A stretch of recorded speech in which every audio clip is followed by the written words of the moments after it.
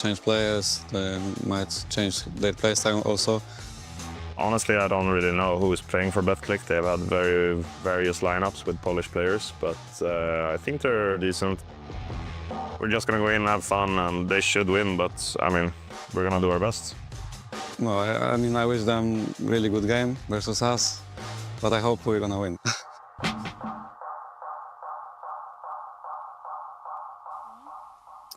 Oh, Draken definitely feels like he's got some more realistic expectations about Johnny Speed's outcome in this matchup, expecting Betclic to be the victors in this series, certainly favourites, just by basis of the fact that they have an established core and a set of players that are a lot more experienced compared to the core of Johnny Speed's camp. But look, again, the surprises have certainly been there for the squad, so I want to see if they can pull up one more here in the semi-finals. I actually don't even think it would be that much of an upset if they win. I think that you've got some very good players on this Swedish side. Draken mentioned the hunger. We heard from BS Over, he's got a full-time job. Mate, he'd love to hand in his notice tomorrow and get a contract here with Johnny Speeds, right? I think any CS player knows if you've got the chance to play professional and play full-time, you're going to take it. So if you can get a win here, push yourself towards the grand final, that's only going to make the case better for a Rack and a BS Over to get contracts here with Johnny Speeds. Near blood youngsters involved in a major level competition for themselves at the very least. In the tier 2 environment, they have thrived. The odds at stake you just saw on screen a moment ago had Johnny Speeds, of course, as underdogs, but we've seen the margins sort of close match on match, round after round, game after game.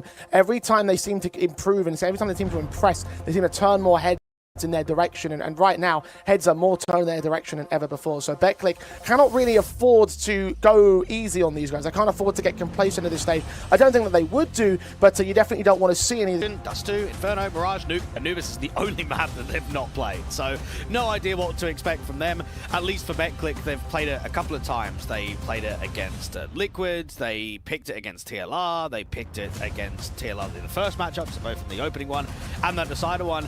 And then as for the Dust 2, I was very impressed with the Dust 2 performances from Johnny Speeds, both versus Little Mix in the domestic matchup in the group stage, but also against the Academy team of G2 Aries in the quarterfinals. We've been talking a lot about risky picks and the veto process with the new map pool with Cash being introduced, with a lot of unpredictability about matches that have that map in the series. It's starting to get less and less these days, but in this case, it kind of does reapply to that Anubis, as you say, with Johnny Speeds not having any officials on the board. And as well for Betclic, you have to remember what their history has been like on this map in the competition thus far. Liquid and TLR have taken maps away from them during that group stage, so it's not necessarily a foolproof map, I'd say. No, it's very true. I think for Johnny Speeds, though, I mean, Draken made it very clear about how minimal the prac has been. It's going to be difficult to try and upset on Anubis. I know that for the polls, even before they brought in the Coalesce boys over, it was their highest picked map in the pool, so they're going to feel comfortable on it going in towards the semi-final. I just think that for Betclic, there's not as much favoritism in this as most people might say. I mean, it's really a core 2 and a core 3 coming together, and for Johnny Speeds, it's maybe similar. You got 2 signed players of Draken and Hampus, and then 3 newer guys that are on trial, that are just here, that might not get contracts, might not get permanent positions. This is a very difficult semi-final to weigh up, and I will say that there's a lot more experience behind Draken and Hampus in that duo. I mean, who are your 2 experienced players on Betclic? Everyone's played at a decent level in tier 2, and everyone's pretty well known, but no one's played at a tier 1 level on that Polish side. No, it's very true. You're right about that much here, and that might be one of the factors that's giving the Johnny Speeds the leg up in these matches, just that little veteran element, that veterancy, just to capitalize on the situations when maybe the firepower would otherwise be able to outfrag you. So in their respect, you have got that little edge in this series. You have got that little bonus to sort of add to your own tally, and I'm looking forward to seeing how that will pan out when you've got such other youngsters involved in the roster. And certainly for those youngsters, they have been the standout elements for my mind. I mean, look, BS Over and Rack especially at certain times, have just been absolutely lights out in a lot of these matches. So their own perspective means that they've got the firepower and the experience to back them up. And I'm going to be looking at Hampus and Draken to just show up to say the performances that they put in the quarterfinals yesterday, is that replicable? Because Hampus went, what, 35 and 20, 120, 102.1 ADR and a 1.70 rating versus his old teammate in Shine. And then Draken also looked really good, dropping nearly 30 kills in that entire best of 3. So those 2 guys were probably the watchouts. I think the statistics from Rack don't look all that impressive, but you are right. He's played very well. He looks pretty good in some of those anchor roles. where he's trying to lock things down on the city side, stay alive, get multi-frags up. And for Johnny Speeds, I mean, you could say that they've only got stronger as this competition's got on, right? Their opening game against Metasport was, what, an 0-2 loss. They then defeat Little Mix, they rematch against Metasport, lose their map pick, still bounce back in the series, and then go into that quarterfinal match yesterday. Mate, they dropped 9 rounds. They absolutely pumped the Academy squad.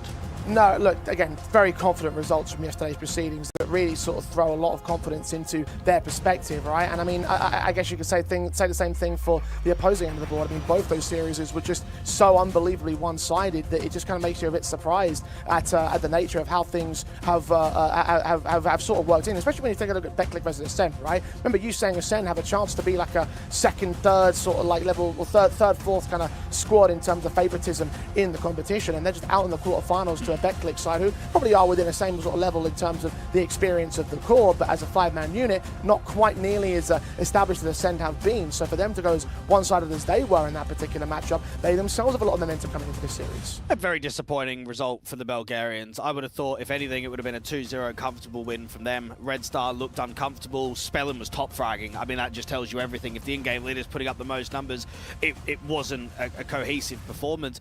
And one thing that the Poles did really well in that quarterfinal is they silenced Han. And for you and I mean, we've covered him for many years across his career. He's an exceptional AWP. He's very strong in Tier 2, stronger offline than he is online. He dropped 14 kills in an entire best of 3. If you can get the AWP silenced, like they might be able to do against Draken in this matchup, it takes a key piece out of the equation, and it makes the game a lot easier.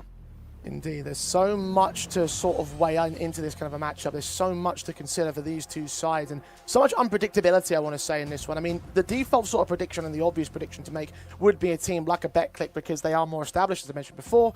But, like, again, I just sort of have this feeling that Johnny Speeds have done so many great things for themselves so far this week, so many opportunities that have been seized upon by this side, that I wonder if maybe there is one more upset in them in this match. Yeah, for me, I actually think Johnny Speeds are the favourites. Like, Okay. people might disagree with that, but mate, you've got Hampus with over 400 maps played on LAN. You've got Draken on the exact same. The most experienced player for the Poles is Demo with what, 150 maps on LAN? What's he done internationally at these LANs? I mean, the majority of these Polish guys have only ever really played local LANs, and when they're going overseas, it's been a few here or there across their career where they're winning the few games. They're not winning titles overseas. They're not being able to press themselves in the higher ends of the Tier 2 atmosphere. Yeah, they might be a core, but mate, this core dates back to what? 2 weeks? That's not a core in my eyes. A core dates 3 months, 6 months. This is a brand new lineup for Betclic, just like it is for Johnny Speeds.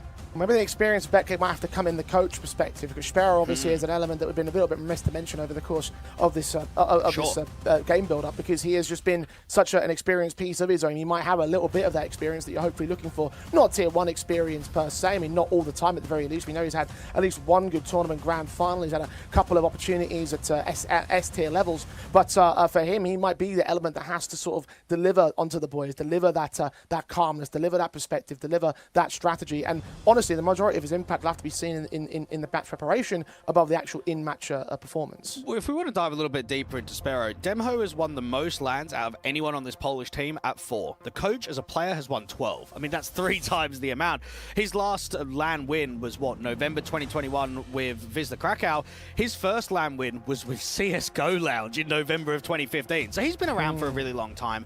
He's played at majors. He's someone that's only transitioned into coaching recently, been a part of the Rebels, Venom, Coalesce Core, and then moved over here to Betclic. Yeah, he is very experienced, and he is probably going to try and get these guys ready because they've not played many international semi-finals. They've not got themselves in positions where they're going up against some veteran players. They're also going up against a team that's very difficult to prep against. Yeah, you can have a look at some of the demos that have come across the group stages and the overall playoffs, but you've got to remember, only one of those best of 3s went to a 3rd map decider. So we're not even really seeing the depth of the map pool. They went 0-2 to Metasport, 2-0 versus Little Mix, 2-1 versus Metasport, and then 2-0 versus G2 Ares. At least if all of those series went to a 3rd map, there might be a little bit more tape to look at for Johnny Speeds. Yeah, I mean, before coming into the tournament, we were always a little bit doubtful about Johnny Speeds and how teams are going to prep against them because of the fact that the core was so new. And with only like 2 maps on record max for any one of the maps in the pool, like, you just got such little information to pull from. So, like, what are the details that you'll be looking for if you're a coach in this context? focus on yourself. I don't think you want to be focusing on Hampus and how he's calling. I think what we know from Johnny Speeds is that Hampus likes to be in a lot of star roles, so watch out for him taking a lot of fights, brawling quite a lot. Watch out for them being quite high press on the CT basis, but you don't really want to be thinking about the opposition too much, because something that Hampus can do, because it's basically a mix, right? Because it's a brand new team.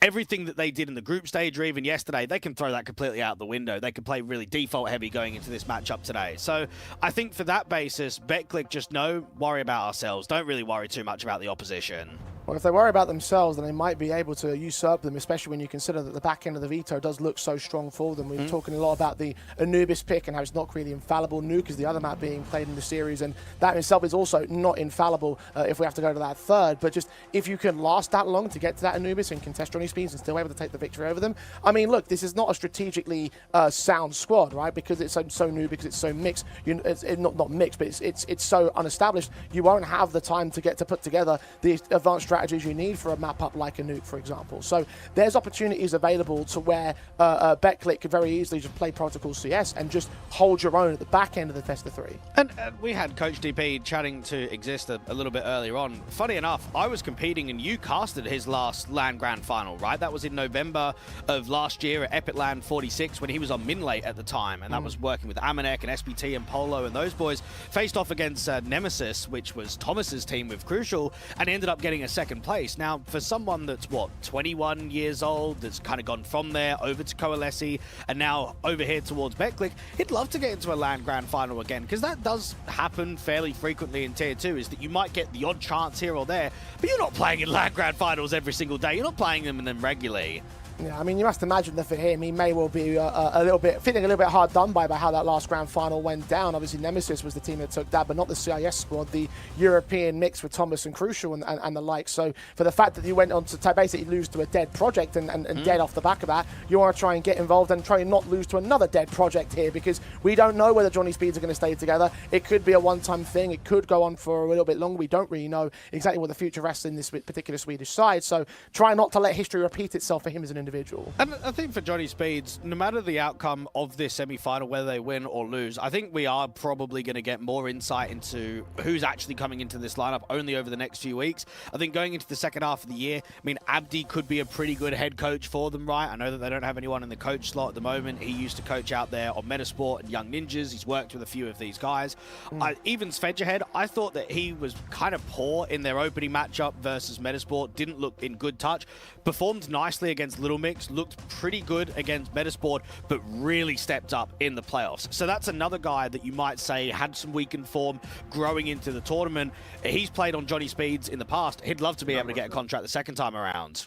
Well, time to see whether he can do in this case right by the Johnny Speeds camp. BetClick, Apogee, however, favourites in this series. Not by a huge margin for map number 1, though. The stake odds have them at 1.75. Johnny Speeds at 1.95. Make sure to use code PULSE35 if you want to place a bet on this matchup over at stake. Pistols are live. Dwayne, get back in Johnny Speeds 2-1. 2-0. Oh, okay. Ballsy move. I'm back in BetClick to go 2-1. I think Johnny Speeds can take Dust 2. We'll see how it pans out for Anubis and Nuke, though. Dust 2 is live. The CTs are taking space away. The pole's active in the default. Now, there's a very good timing for the CTs, but an even better one from Sved if he can walk back into the upper tunnels. Now, they know that this walk can come, and Hampus is pre-aiming it instantly. It's the shot on Demo with a return on Rack. Knows that the second player must be out there. Can see the kill feed.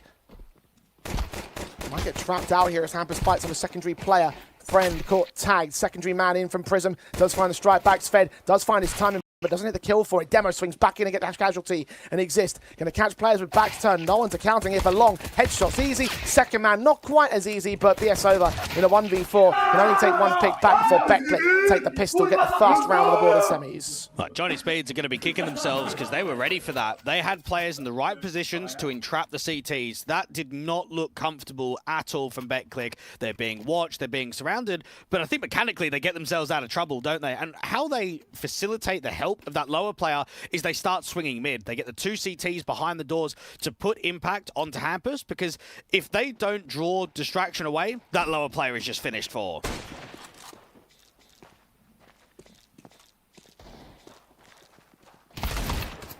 A good start out of BetClick. Johnny Speeds, no bomb plant bonus. They're bringing the force by regardless, or sorry, a scout rifle, I should say. No force around it. Upgrade pistols do indicate as such. There's no Kevlar for any of the 5 men of the T side. Draken and Hampus both tagged low and should be dead soon enough.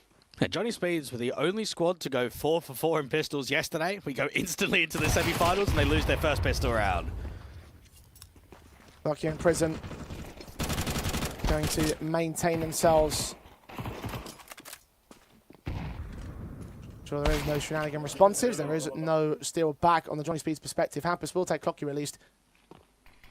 And we get himself 3 more headshots if he wants to do anything more in the round. The bomb's been dropped up top mid, so won't even get a bomb plant.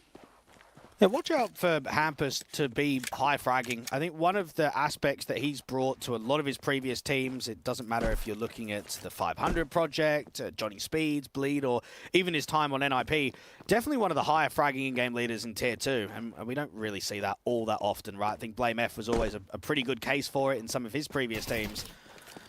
Hampus doesn't quite get the timing on that close-in player outside of long. Just hoping for one more kill.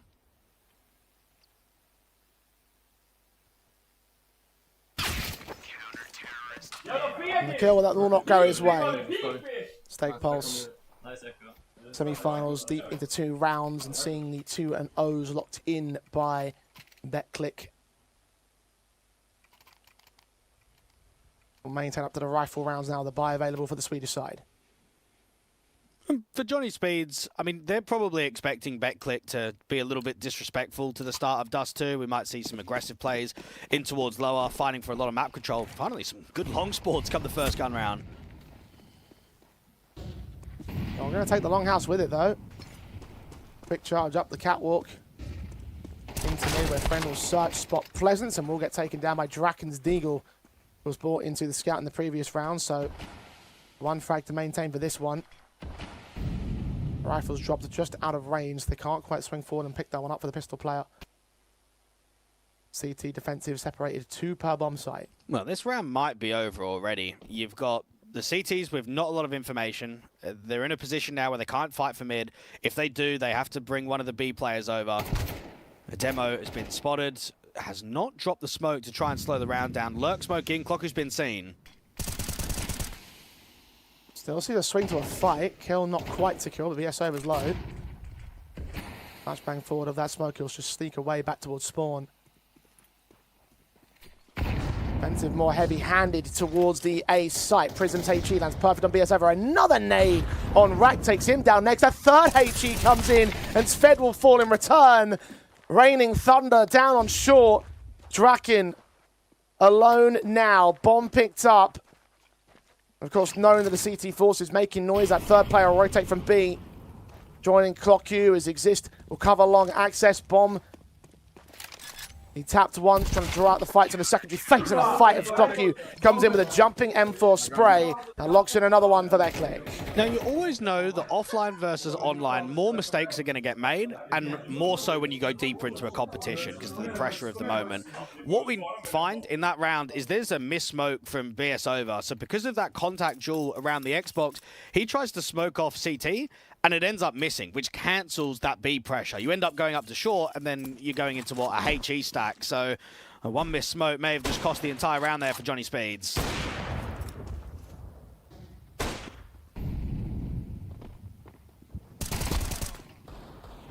Good engage for Clocky. BS over court. And moves against Friend, though. Might leave him a little bit exposed. He does force out the TK from Rack on Sved, so whilst that kill does come back to Johnny Speeds, man advantage is remaining for BetClick. Not really much to speak of in the setup to begin with for Johnny Speeds, though. Half-bought pistol scout again. The ambush shoulder baited. Prism doesn't fall for any tricks. We'll take the man down. The M4 gets naded by Rack. Stays alive for the time being. Will eventually get caught off in the round. See no major surprises against the BetClick Apogee camp. Draken 1v4. And get sussed out. It'll be a quick end. We've seen some monster T-sides from Johnny Speed so far in the competition. This Dust 2 had a 9-3 first half against Little Mix and an 8-4 against G2 Aries. You're now down 0-4, so it's a very different outcome, isn't it? Okay, so you're off to a little bit of a slow start. There's maybe a bit more pressure to perform quickly. It's not going to be easy when you're going in towards the semi. BetClick will look at the moment right now and say, yeah, we're in a very good position. And I did say that they can't afford to get complacent, and so far that's not happening. And we had a bit of a conversation that BetClick, or I should say Johnny Speeds, insta-banning Cash, haven't played an Anubis. BetClick have done the opposite. They've been insta-banning the Inferno and not played a Dust 2 yet. Clicking on Hampus. Fight back for Exist, finds that kill against him. Good starting advantage. 5 on 4. Sprays Manic as Svedge ahead. Not sure who to aim towards. BS over, can't do much of his own right. Draken now just caught out in mid. Racked down a friend. A shutout round here for BetClick. This is looking crushing at the moment right now for the CTs. They're fighting for long, finally with some good spawns. They try and create chaos, get out to the blue bin, but everyone's losing fights. And unfortunately, what we're noticing is how many AKs are on the CT side now. When you can have mass AKs being held in gun rounds, it's a huge advantage. And it's a bit of a mental block right now for Johnny Speeds. They've had comfortability on this Dust 2. They're now being pressured to a level that they've not seen before.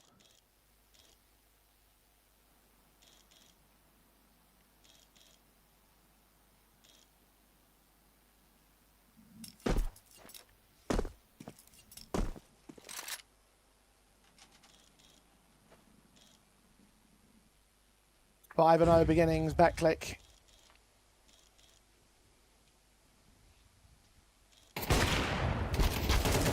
Tagged up, taking down Prism.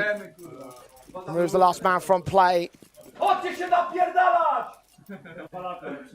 No mercy shown to the opposition. No allowances given to Johnny Speeds, who bring home their first tactical time out. As you said before, the first time they've truly been resisted in this competition, and now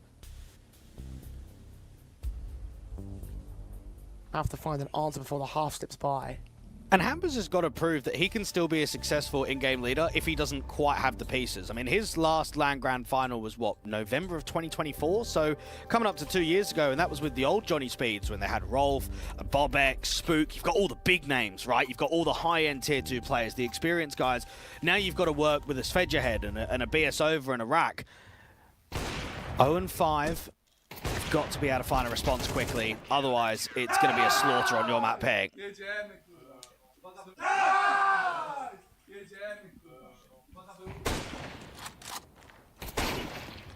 Oh, good shot by Hampus to start things off in the follow-up. Only a half by round, but right to the head of friend. Opening pick, rifle can't be recovered from its current position.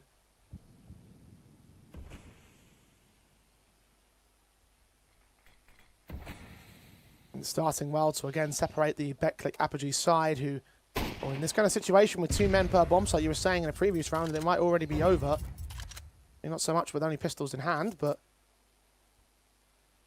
rotations will be slow, a fast execution could be available. They've got enough utility for it. Yeah, it's a tough round to win, though, when you're on such a limited buy. You need a mistake to come from one of the CT players. Now, short is completely opened up, so if there's any short pressure on a fake, it might even rotate one of the B players over. Well, Hampers is searching for that mistake on short. Utility sent in towards mid. CT and mid to be smoked off. Mollies go deeper, but it's all a big old ruse. The backstab coming into the AK. Seeing nothing. Info to short or tunnels, I don't know. Slow walks out. Now the mass teams will start moving faster.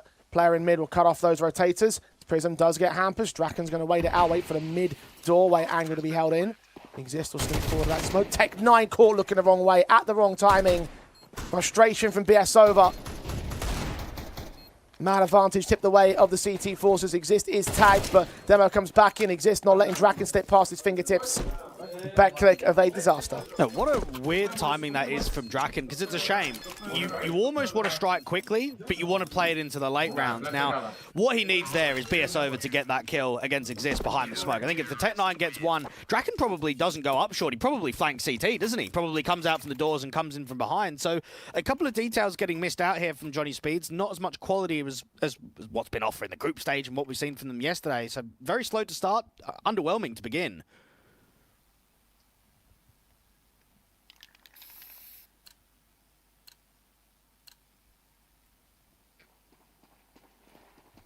BetClick in control at 6-0. Knowing how long the day might get for you as well, you probably want to try and end things off as quick as possible if you are BetClick. Out the forward advantage, fast pace coming in from Johnny Speeds, and they're just mowed through by ClockU.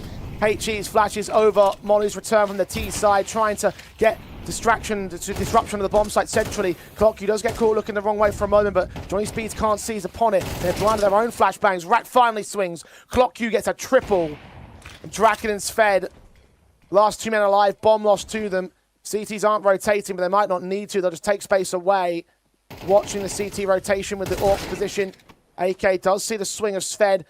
Prism will get caught, leaving ClockU alone for now. They're just on the way in for backup, doesn't quite find the fight. There's just too many AKs alive for the City side, isn't it? Look at that sequence out on B. There's no way you do that with an M4. Like, it doesn't happen. That is always what you're going to have with the weaponry advantage. And now from Sved, I mean, you're completely caught off. There's nothing in this. You need to basically wait out this lower tunnel smoke. You then need to pressurize the mid doors. There's not enough time on the clock, so you should just be saving. Oh, boy. This is really tough. And that's the first time they've hit B. Like, they've been hitting A for the majority of this first half. They go into B, and ClockU gets 3 kills and is on 100 HP. That's mental.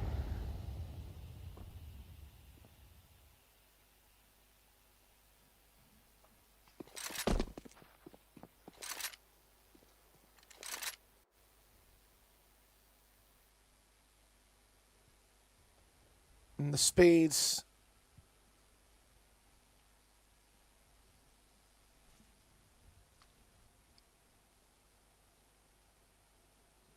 lose the half without scoring one. And surely, after such a good tournament run, after such an excellent one-sided day yesterday, you shouldn't be dropping out like this. Surely they shouldn't do.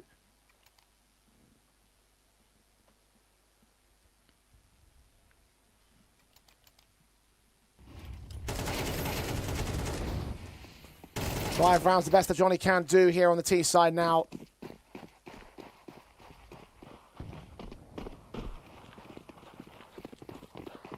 The rifles will return with the same weapons in mind. AWP in for Draken. First up to face. Nade sent his direction. Well, 3 players take that. And I'd say that for Betclic, this is not out of the ordinary. Look at that first half performance they had against the Bulgarians on the opposition map pick yesterday. They had a 10-2 first half of CT Mirage.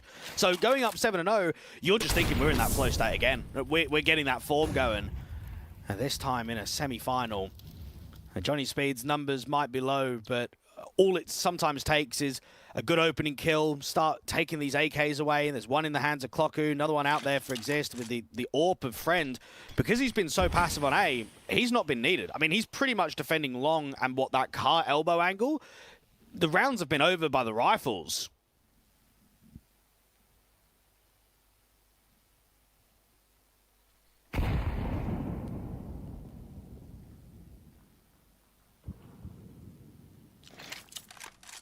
Betclic. A swing coming in against the T side. Draken and Ratcore completely flat-footed. Caught napping. BS over. And Hampers both can't take down Exist either. They're getting decimated now. Absolutely wrecked by Betclic. All 5 alive.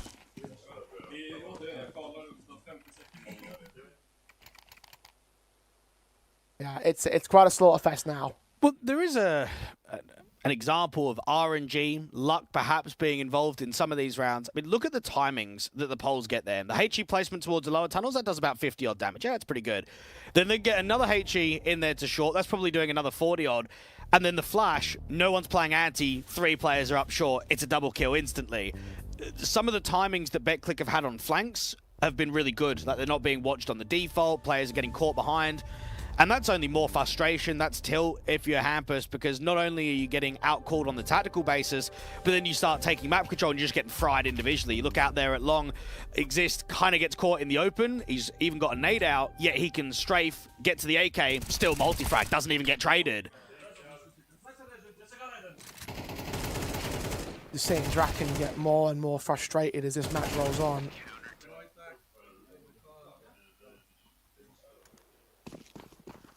Shaking his head and his hands. Tense frustration. In spite of getting some of these advantages, Friend's been tagged up early. ClockU Domed in by Hampus. Okay, some more positives. Opening frag towards their direction again. That nade will get sent down lower tunnels, and all three players join speed to tank it. The smokes will suppress the access towards short. Another HE at the ready for friend. Doesn't opt to throw it just yet. He's waiting for Prism to take some sort of back away. Does land there. Nade damage.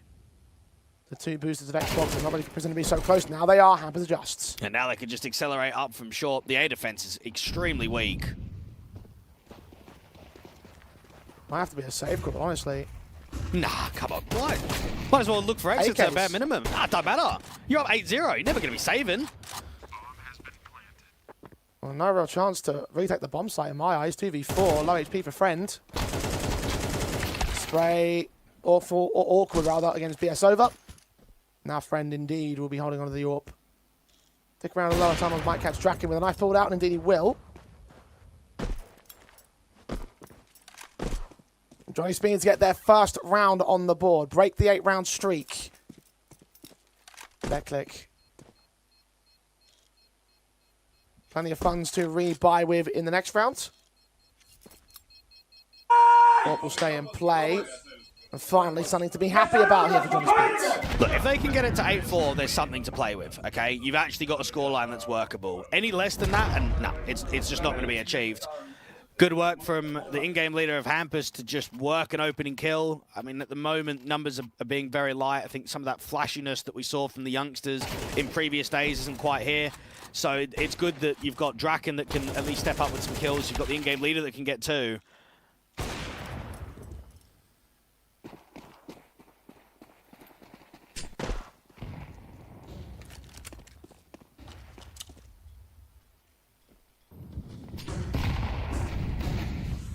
Damage again, so significant in the early round for Betclic.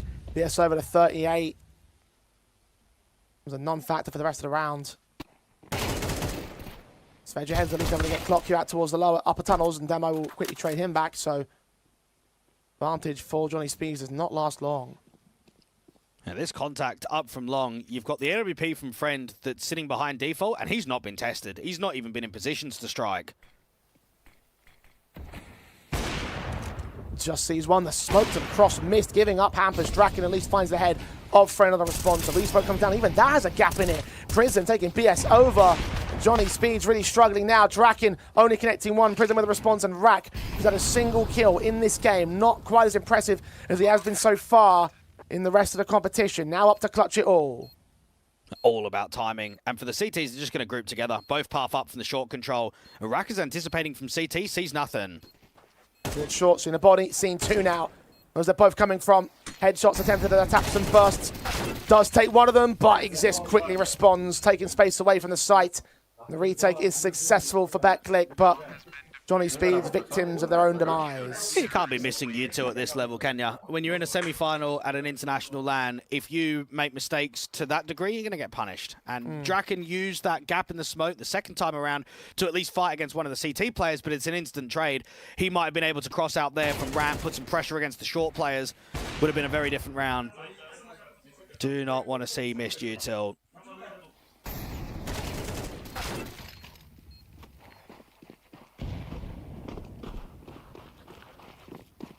But we do. And Johnny Speeds paid for it. 1 round on the board. Instant response to Betclic, looking for an 11-1 half at this stage. Back into that B bomb site. They want to try and go here, Johnny. Smokes against them, though, cancelling any sort of setup. And we've got Rack that won a local LAN just over a month ago with his boys over on Rethink, the Pike and Zeke roster. Mate, you're going into a semi-final now where not only is the team down 1-9, but you're 2-9. You're in a 1v2, didn't quite clutch up. It's a very different outcome of playing those local Swedish teams to now going up against some of the better ones in Tier 2.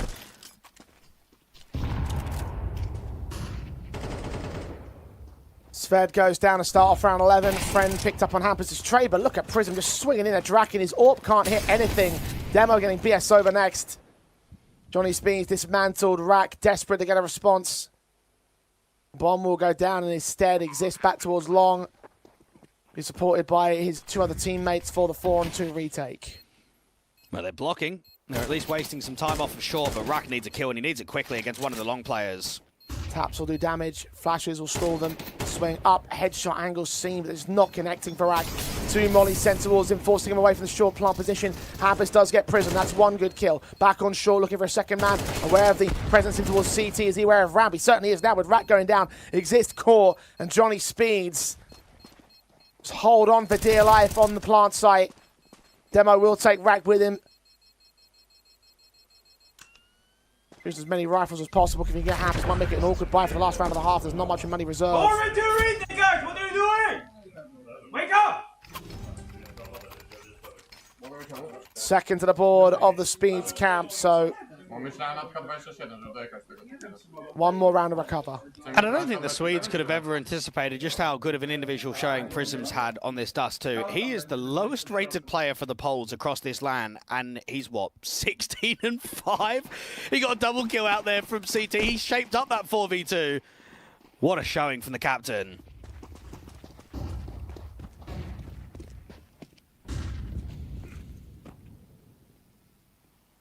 Back click, look at the confidence they got. Exist and Demo to swing up towards Suicide all the way down towards the mid control. Hampus does strike the first man down, that's Prism removed.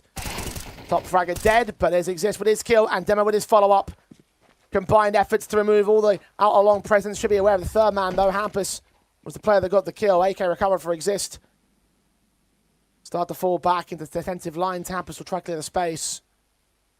He grouped with his teammates at spawn, but down a man. And imagine being Hampus. You've come out long solo, got an opening kill, and then you just lose everything towards top mid. It's such a gamble there from the CTs. I can't believe they've pressed like that in round 12. Neither can they. And Johnny Speed unable to account for it. Killed off in the end. Exists now, waiting for Hampus to reveal himself. The extensions towards the lower tunnels. All starting away here for Johnny Speeds. Corwin heads down to the side. Rack down next. Hampus is close. Molotov's bouncing his direction. Exist still wins that fight with an awkward spray out the veteran. Svedge ahead. 1v4. About to lose his head to Exist. It's an excellent half out of Betclic. Apogee one-sided to the 10-2. Oh, and they look so frustrated on Johnny Speeds. Well, they know their chances are pretty much done in this semi-final. I mean, this is your map pick. You had a really good showing. Everything was in positives and flow states yesterday. It's not been the case. I think what's hurt them is not only that slow start, but they gave AKs over to the CT side almost immediately, and they got out-jeweled. There were so many moments from Betclic where they wanted to fight, they wanted to brawl against them. We didn't really see a lot of players shooting back hard. The numbers have been extremely low. And this is more than disappointing. This is a Betclic side that would love a rematch against Liquid. Well, when Stake had the odds at pretty close, it's 1.75 to 1.95. It's now 10 to 1 for Betclic to concede this map. Johnny Speed's going to need a miracle. CT side basis. Trying to get as active as Betclic were on their CT pistol. Demo might get caught with his back turn for it. He checks the angle. Kill still comes in for Hampus. Can he get a second? No, he can't. Prism with a returning frag. Him and friend tagged low. There's one CT involved towards the smoke over at Xbox. Is going to have a little bit of information to work with. Fedge ahead also leaning up for Prism to check. Swing comes in. Headshots landed. BS over with the latest. Draken's low, but Draken continues to frag away with a headshot on clock queue. Reduced to the next player down low. Exist is going to get caught for it. And will fall the same. So Johnny Speed will survive a pistol. Yeah, PSOVA's been the one giving it back, and it's very difficult to get loud when you're getting stomped out of any kind of a map, but you do need someone to be vocal. You do need someone to be there that can try and get the boys ready. There's a lot of tilt across the Swedes right now. They just need round by round to bring it in. Now, we saw some crazy comebacks out there in the group stage. It's just very difficult to do it once you now get deeper into the playoffs, to be able to come back from a 3-10 deficit. At least you get the respect of not being up against a force buy in round 14, so this one's going to be a freebie.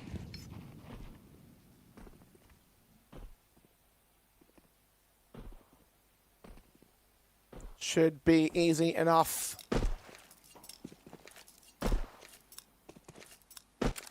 Ten to 4 kind of boards. I'll step on the long road to the comeback.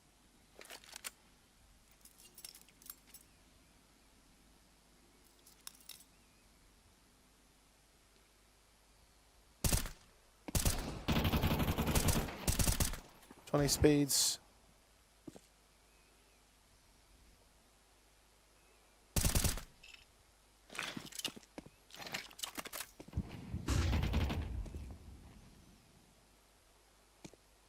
Seeing attempts to try prod them out, but BetClick should maintain nothing in this kind of a round. A couple of tags on Hampus. But no, nothing more for the initial entry attempts. And you can only expect that Demo and Prism are coming for a little bit of revenge, Jay, because they were knocked out of the Rogue Journey Springland in March this year by Johnny Speeds in the quarterfinal. It might be different players, and it might be a slightly different feel of the environment with a newer project yourself now and a newer one for Johnny Speeds, but you're going to remember that. You're going to remember how awful it felt to get knocked out.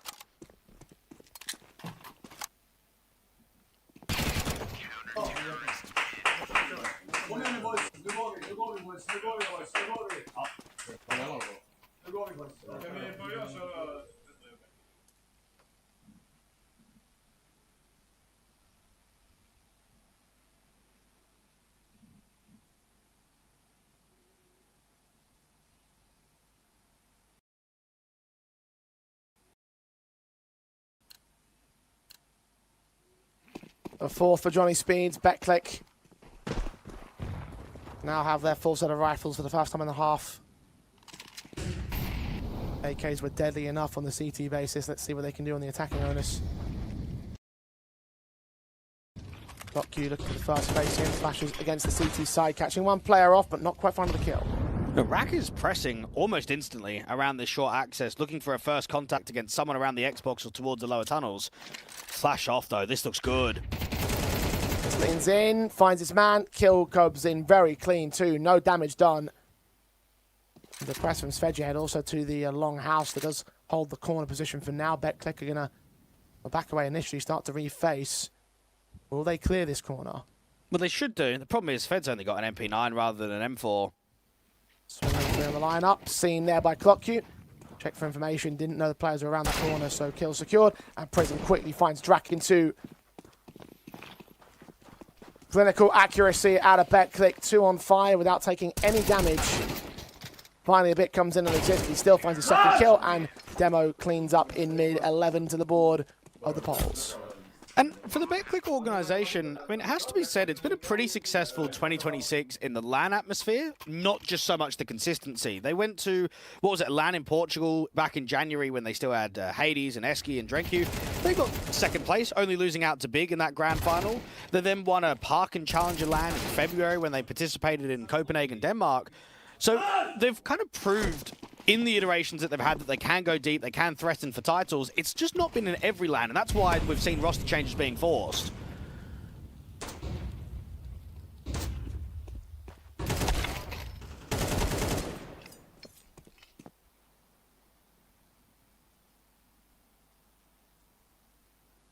And changes that have led to the better today.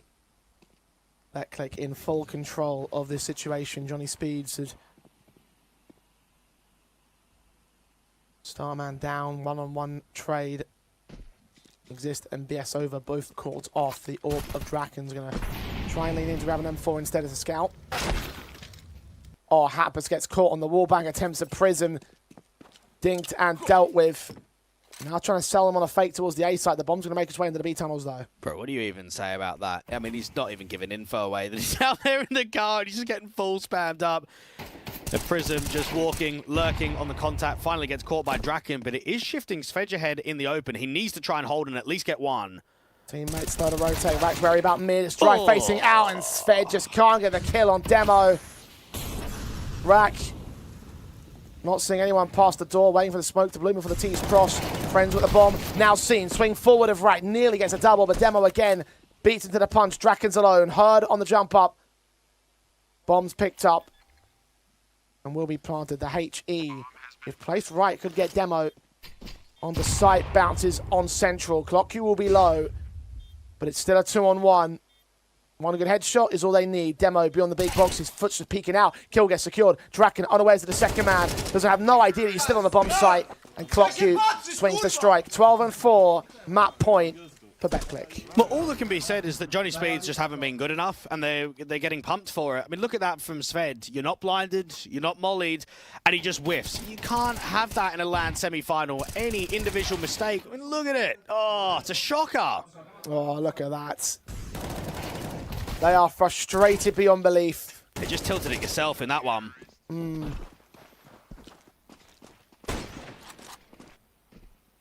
Looks like game over for Dust 2.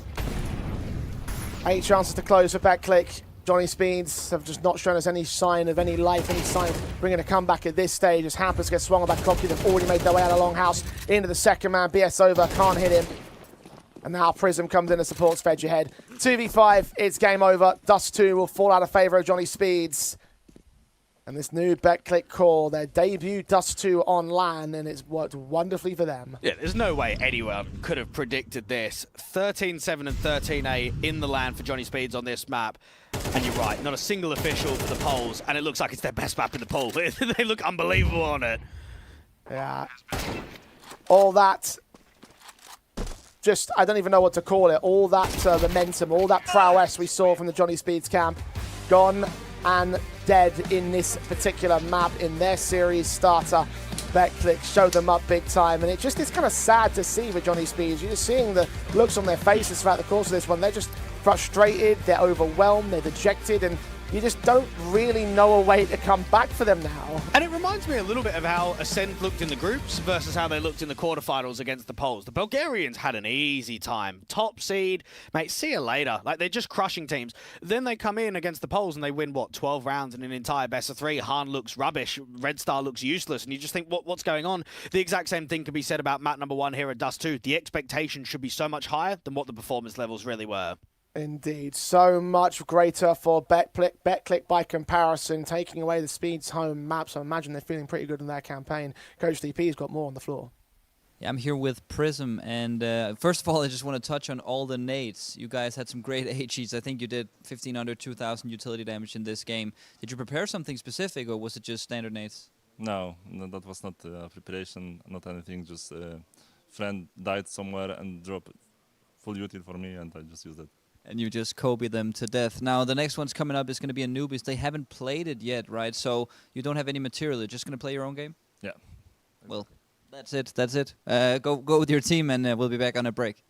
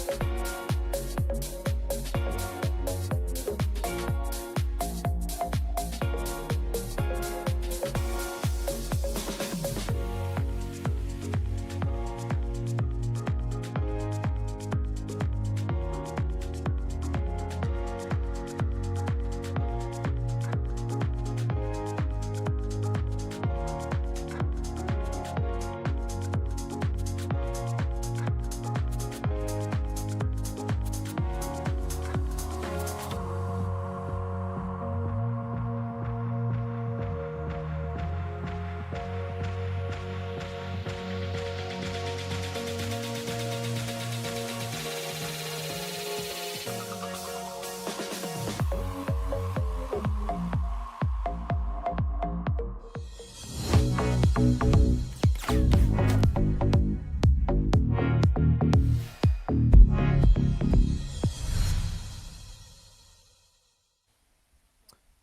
an amazing start for Johnny Speeds on their own map pick. They're decimated at 4-13. Easy pickings for BetClick Apogee, who quickly and easily dispatch of the Dust 2, moving into their own map pick, and rightfully so. The State Gods have them as much heavier favours than they were at the start of the best of three. Dwag, is there any hope left for Johnny Speeds? Well, there's not a lot. I mean, the Swedes have got, what, 2 signed players? The other 3 dropped 13 kills between them on that first map. It was a really rough showing. They're missing util. Individually, they didn't look good. There's always a chance of bouncing back, and everyone is under the assumption that they'll perform better than what they did on map number 1. But that was easily the worst showing that we've seen from Johnny Speeds across any map in the competition so far. Yeah, no doubt about that much here. Very, very disappointing in my eyes, and unfortunately not much you can pull from for that last map to really give them a whole lot of credit going into this Anubis. It is the pick of the BetClick side. On paper, a map up that they should be able to maintain just from composition alone. They're an established core, they've got some protocols. They might not have the protocols of all 5 players, but it's brand new teams here from Johnny Speeds completely, though they haven't had any previous history in any capacity. So the reality is that the current state of things do indicate that BetClick should be able to have a handy 2-0. Johnny Speeds have not showed up. They look frustrated. They look dejected.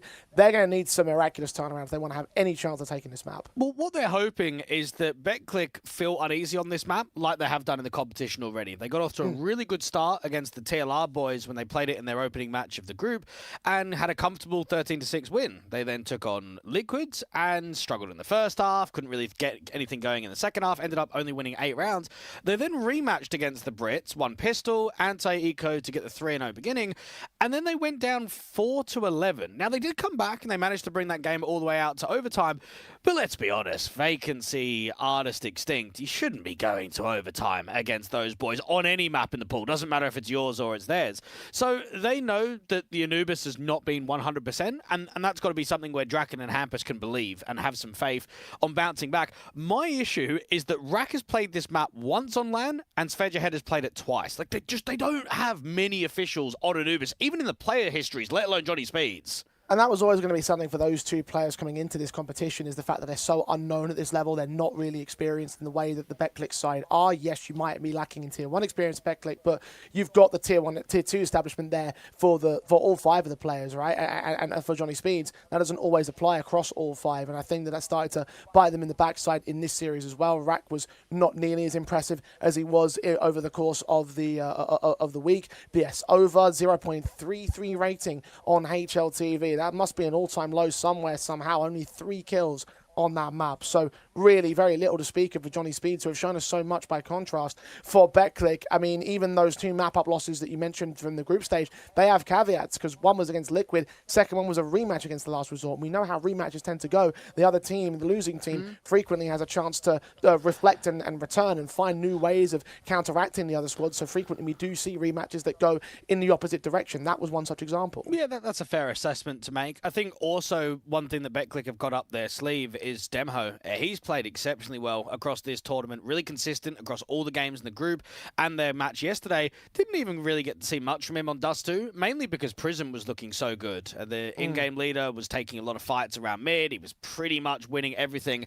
When you've got a captain dropping nearly 130 ADR and over a 2 rating on LAN, I mean, that's something very special, and that only brings more confidence, I would say, for the rest of the team to say, geez, this is the guy that's meant to be calling around us, setting us up, and in fact, he's the one that's frying. He's the one that's putting up some crazy numbers. And he's the one that may well deliver in this particular context. BetClick just looks so lights out. Prism 2.09 on the rating counts. Exist 1.85. They've been given no resistance, so numbers might be a little bit inflated by that comparison point. But even then, just the performance is just so outweighed on them. And I think Johnny Speeds, more so than anything else, will be the victims of their own demise in this second map, in this best of 3 series, because it just has looked so contrasting. I don't know if they woke up on the wrong side of the bed this morning or what the deal is, but this is not the Speeds that I expected to see. You and I were coming into this series saying there's a chance they could even upset it. There's a chance they could even pull off a win. But the reality is that right now that's looking less so the case. I think any squad knows when they're fresh and when they're new, if you want to go on a bit of a run on land, you've got to show consistency throughout the bracket, but you've got to get into a flow state where everyone's hitting shots really hard, players are playing off of each other, and I think that's kind of what we saw very early on from BetClick, is they got those AKs on that CT side, and everyone's taking fights and everyone's winning them. Doesn't matter where it is on the map. It could be long, mid, B. I mean, when Clocku got 3 with the AK, and was on 100 HP, that's the tell for me instantly. There's zero chance. Like you are just not going to come back against the players that are hitting as hard as they are from the poles. And I think for Johnny Speeds, it would be a shame to bow out in the way that you do, because again, remember this Metasport team, they were just in a LAN Grand Final before the player break. You would say they've upgraded the team, okay? From Male 09's perspective, yeah, it might be underwhelming to not stay on Alliance, but from Metasport, to get rid of Isaac and bring in probably the most spoken about tier 2 rifler in the last couple of years of Male 09, that's a huge upgrade. That's someone that should only elevate that team.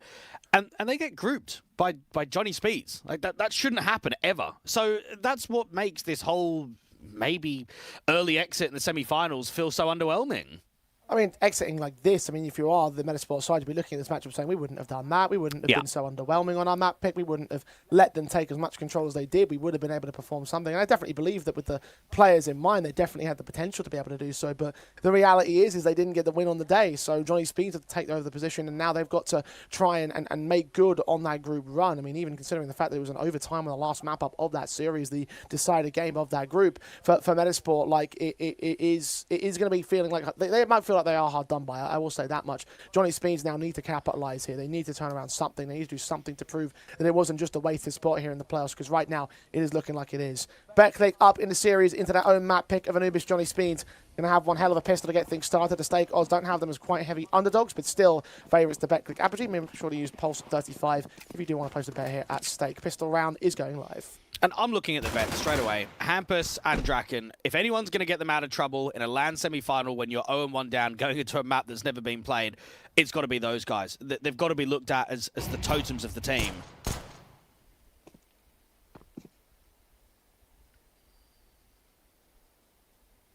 And Titans of Anubis. Johnny Speeds slowly walking their way into the water control, into the main access. One man's checking directly, that's Friend. Julie's a demo beside him, and a USP also at range from Heaven.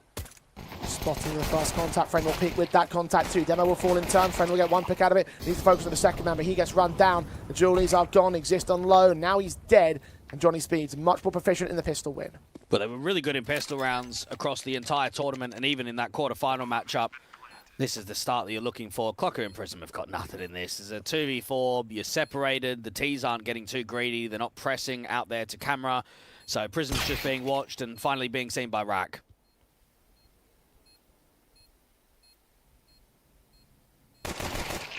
And they're ahead by the metric of the pistols at least. Nice! Go boys! Go boys! Go boys! Go boys! And a pistol win that will put them in good stead to try and take a start here on Anubis. We're hoping the T side will at least provide some potential. Kom igen boys! Kom igen boys!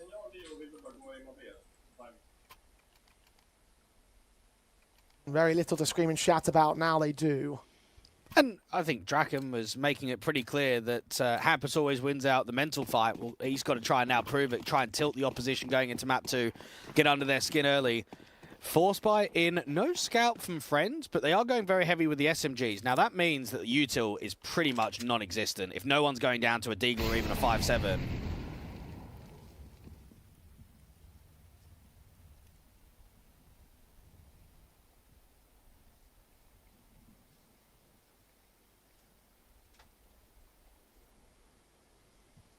Close quarters for Clockyu and Prism. Clockyu on the scene first up. Spray of the Gil. There's a little bit of right. Hampus to fall out and still lose his teammate. Prism gets both of those kills. The SMG on site of Clockyu finds Fetch ahead. They're just doing this the hard way, and they're winning it the hard way too. 3-on-2. Draken's low. Rack's on half.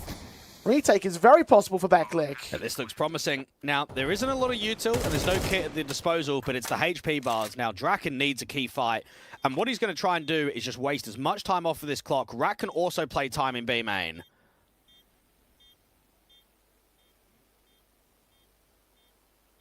Smoke will fade, and then BetClick have to act. Demo starts moving. Rifle at his feet, he sticks with the SMG.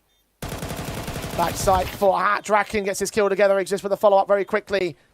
No smokes available. One does get found. Flash is also sent over. Fight comes in for Friend, who wins it out. The diffuser gets stuck all the way for Exist. I think he's just got enough time for this too.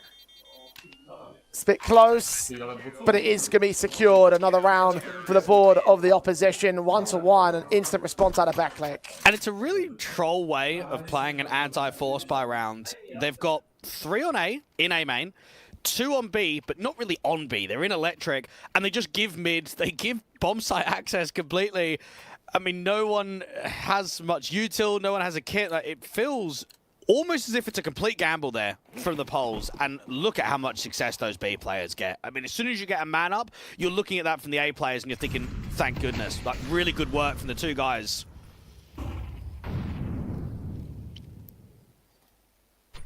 Prism's SMG.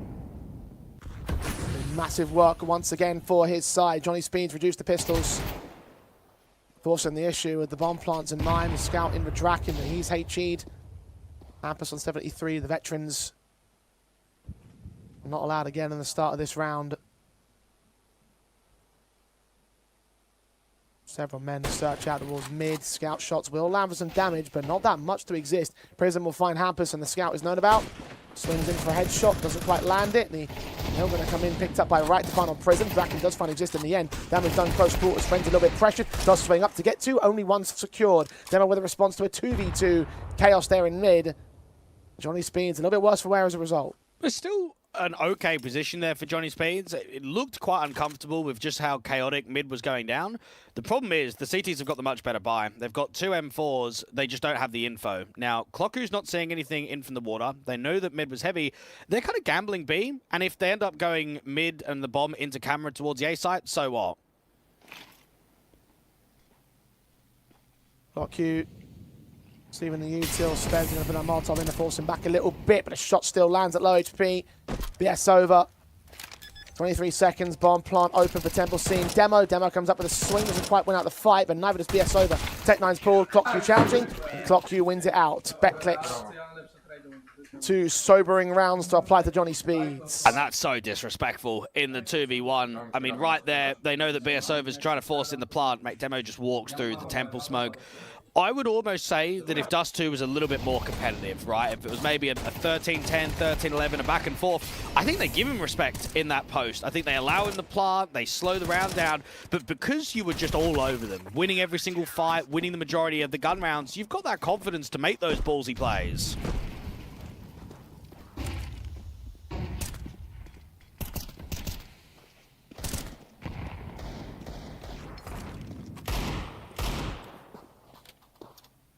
Johnny Speeds.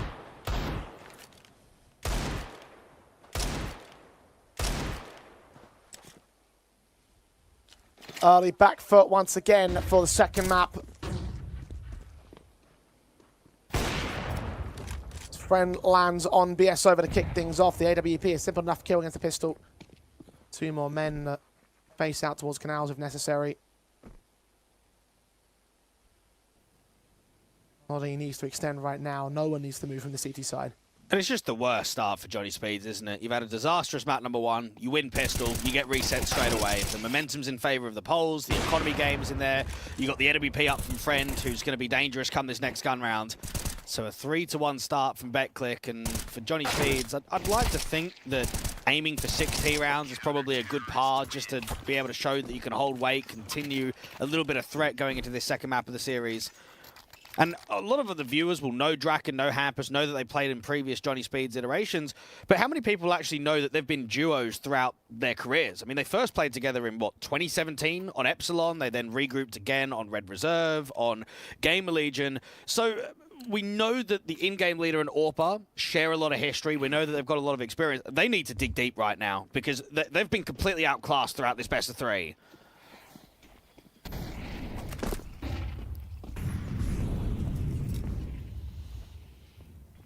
There's rifles now for Johnny Speeds. First opportunity outside the pistol conversions to threaten the Betclick side. It's Vedge ahead. Beyond that smoke and electric, Prism seeing utility coming in against his teammate. He will still find a swing out on DS over in the open. And support with Prism involved. Clock you with only one frag. Rack trades him 2 for 2. Bomb site's been gained. They have to play a heavy retake. Exist can't really give info away that he's playing out from CT. No one flanking in from spawn, so everyone's coming Temple and CT from the CTs.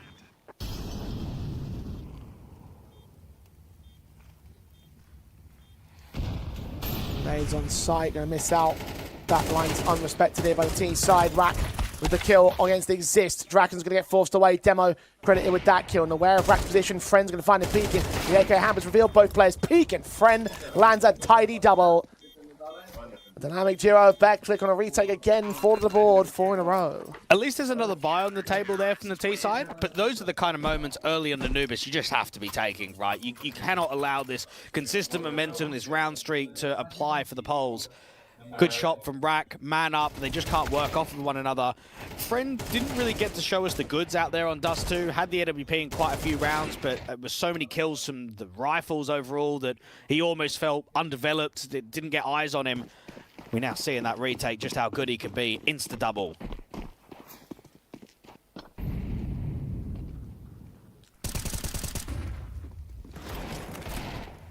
Fast swing of Exist, the HE landing, and 2 players go falling for it. Draken did find one on Prism at least. Campus caught out towards mid. Pistols opening the round, but getting shut down the same by Backclick.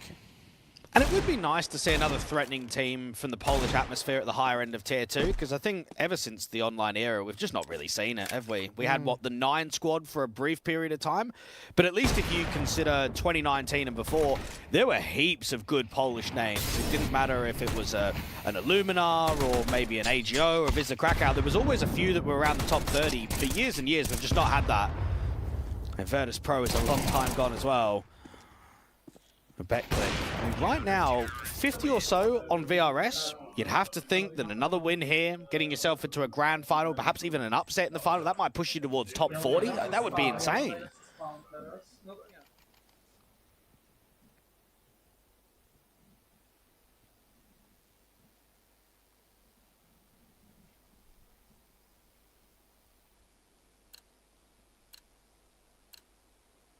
All 3 of our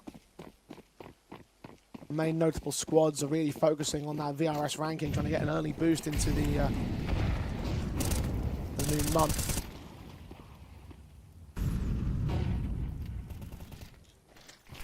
Backclick especially. Well, on by Rack for 2 kills on Clockyu and Exist. Friend will take down that casualty to return. Still a man up for Johnny Speeds in this one. Might be their second round of the game. But Rack's just trying to give a little bit of life towards his T side, get boosted up, instantly win a double. But look at the gamble from the Poles. They are leaving B completely. They're leaving Friend to maintain that mid area, and then they're just playing 2 for A. And the T's are running straight to the trap. Playing quite aggressive in main, though, so util available might just flash their way in, try to catch these players off. One is playing anti-flash at least. Execution util, BS over, takes the fight dry, M4 stands with attention, good double secured, bomb dropped as well, AWP, a Draken returns, it's all on Friend now, slow walking his way through the smokes beyond the Molotovs, scoped in, sees the shot, lands Draken, 1 man left, Sved seen beyond the fountain as well, he gets the connection with a quick peek and a flick and a half. Friend is no friend of Johnny Speeds, and Johnny Speeds realize who their enemies are. Bro, what a shot from the AWP. Oh my goodness. Oh, the gamble's paid off beautifully. Yes, the opening casualty falls out there in A, but Prism, I mean, he was lights out on map number 1. He's then just got a sick double with the M4. And then Friend has hit 2 blinders. That first shot was not easy. The second one, he almost doesn't even see him on the pillar. Like, he knows he's there, but it's such a difficult shot to hit. Wow. And for Friend, I mean, it's been nearly 2 years since he's been in a LAN Grand Final. That's a long time for an AWPer. He wants it badly. He's only 7 rounds away from making it reality. What a round out of Friend. The mid starts were decent enough. It was the 2 kills at the post plan. This one on Draken, and then this last one, lightning fast.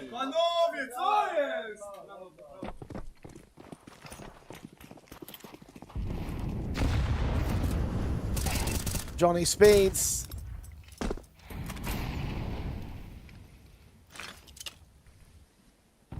Continuing to have a bad time here in the semis. Pampus, low HP. Sved, low HP. That HE should get him. He does avoid it for the most part. But it's a half by round, so Johnny Speeds should not pick up anything. Yeah, walk contact from BS over, who's had a really rough game. And I do look at the numbers and think, unfortunately, no one's getting them out of trouble. Like, they've had some competitive rounds out here on Anubis. They had a post plant in a man up. They had that round there where they're in a 2v1. They've definitely got themselves in better positions than what they have on Dust 2, but they've lacked quality to close the rounds out.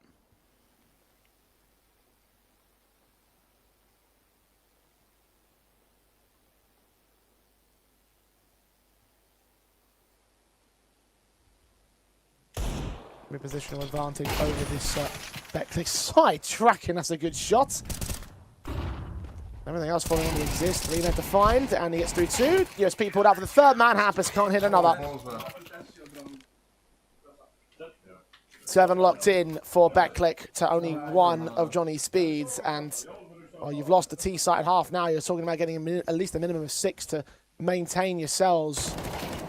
That has not happened. That can no longer happen.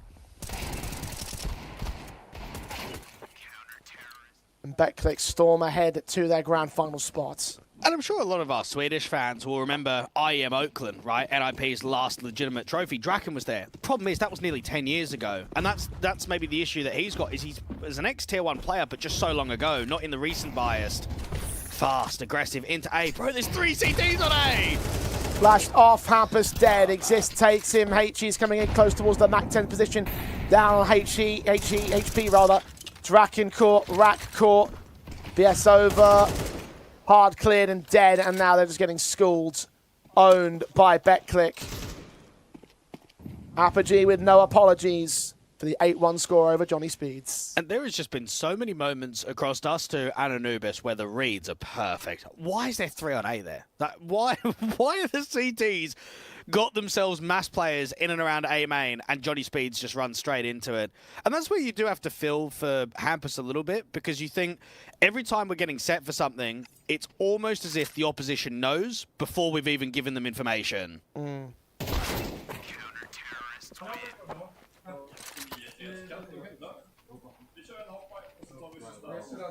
They look so checked out.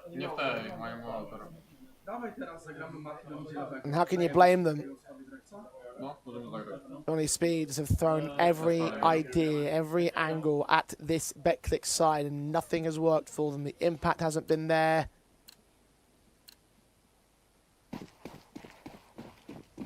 The magic hasn't been there. Still only in the 10th round, but this one feels like it's over as it stands. Friend hits Rack. Exist waits for contact. Exist is so wide up on the angle. Insta-kill. And we heard from Klocku in that interview a little bit early on. He's confident. He's coming for the win. He is only 1 of 2 players in the entire semi-finals that's only ever played in 1 LAN Grand Final in his career. I mean, imagine that. You've played 1. Now you're what? A few rounds away from playing your 2nd.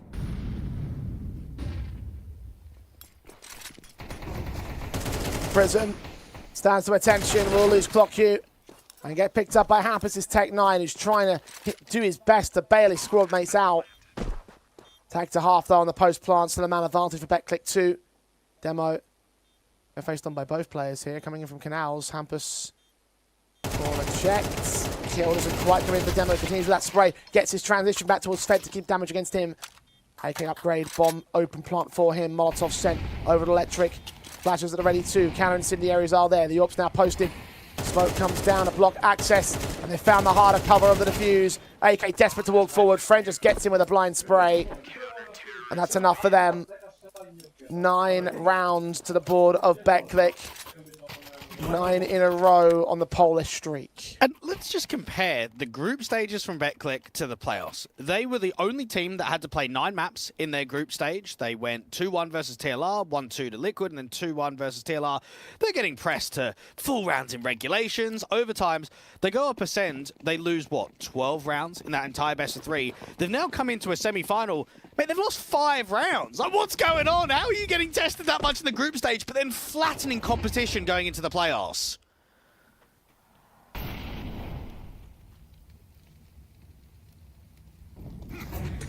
BetClick have another level when it matters the most. Demo and Exist testing the main aggression. Even an AWP shot's missing out from Draken. Deagle stands. Exist going to back away. The AWP friend also flashed off. M4 starts swinging in from the canals to overextend. Get his life lost. Perhaps is traded by Prism. AWP challenging him. Shoulders missed. Draken overcooks his second phase. Still can't hit the side of the barn door right now. And a third attempt also goes awry. Prism puts him in the grave. Svedge ahead. Done in this round. Johnny Speeds done in this half, in this game, in this tournament.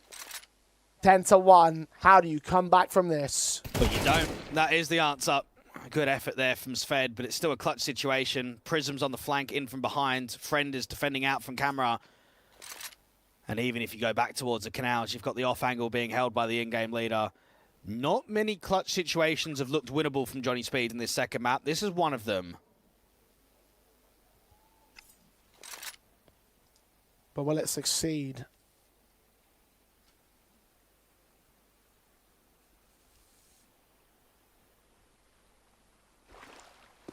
There's some space to work out towards the site. He'll make some noise. He'll start to look to the plant.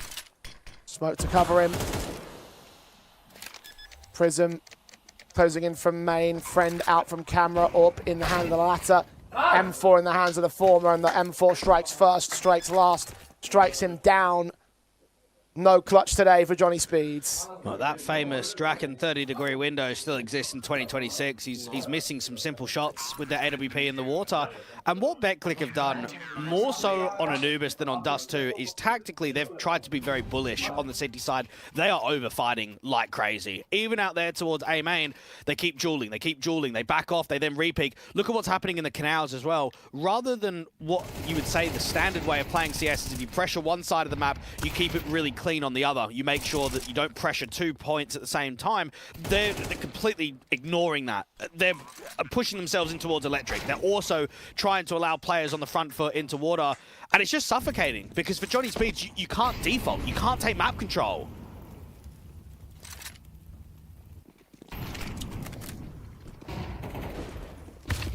HE's up, landing the center of mass. That'll dish out some initial damage. Demo on the solo contact. Exist can get the back line. At least Draken caught his first blood in round 12. BS over with a returning pick. Faster plays in. If at least scramble the CT forces, might be a bit of time before the retake comes down. But the problem is they put 2 smokes into camera, which means they now don't have another one to either block towards main or to re-smoke camera. So that's going to make it easier for the CTs on the retake. Miscoordination of Johnny Speeds. Molotov's on Sved, forced ahead, which Prism will take him down for. Looking for the second man. BS over caught next. Prism leaning into bait on low HP. Racks around that corner. We'll get that spray together. Look towards cameras. Exist strikes the backlines. Rack with a double, but not the triple. Friend will remove him with an AWP shot of simplicity. 11-1 for BetClick. At the turn of the half, they are dominating on Anubis. Well, this semi-final just highlights the point that CS is a confidence game. It is all about fighting, dueling, being able to constantly pressure the opponent.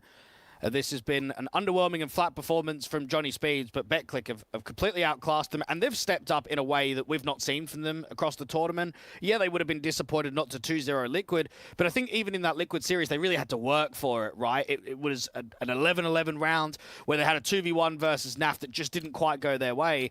They've come into the playoffs, and they've proved that they've got more behind them than just what could have happened in a previous match.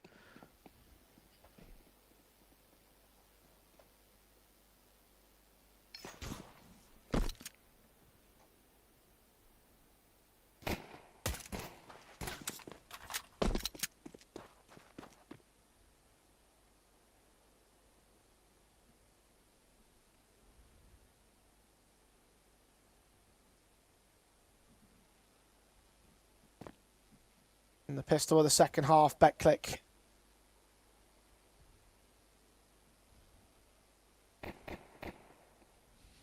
The win on this T side will end things off very one-sidedly. I think the most one-sided map we'll see in the playoffs so far. Draken will take down Prism. Demo will remove him. Hamper's extension has at least caught the back lines and may well catch the backstab onto the bomb carrier, but counter backstabs in from Temple as BS over hits 2 headshots. Existing clock Q caught. Demo with a return on rack. Bomb still in sight to the CT forces as BS over struggles on the next round of contact. Demo. Low HP, Friend with that casualty going in for the bomb. Hampers puts him away. It's all on Friend now. 1v2, caught to the back and front. Good shot with the B-hops in mind. One more taps required, and he gets it in the end. Friend absolutely destroys them, as he has done before, as Betclic will do in this semi-final. Map and match points. Yeah, Svedjahead almost gets the vibe that every time the camera's on him, he just looks full shock. He's just got no idea what's going on. And to be fair to him, he's going up against Friend that's 16-2. Like, how have you taken 2 deaths going out of this first half into the second and then winning a 1v2? And that's crazy stuff from the AWP.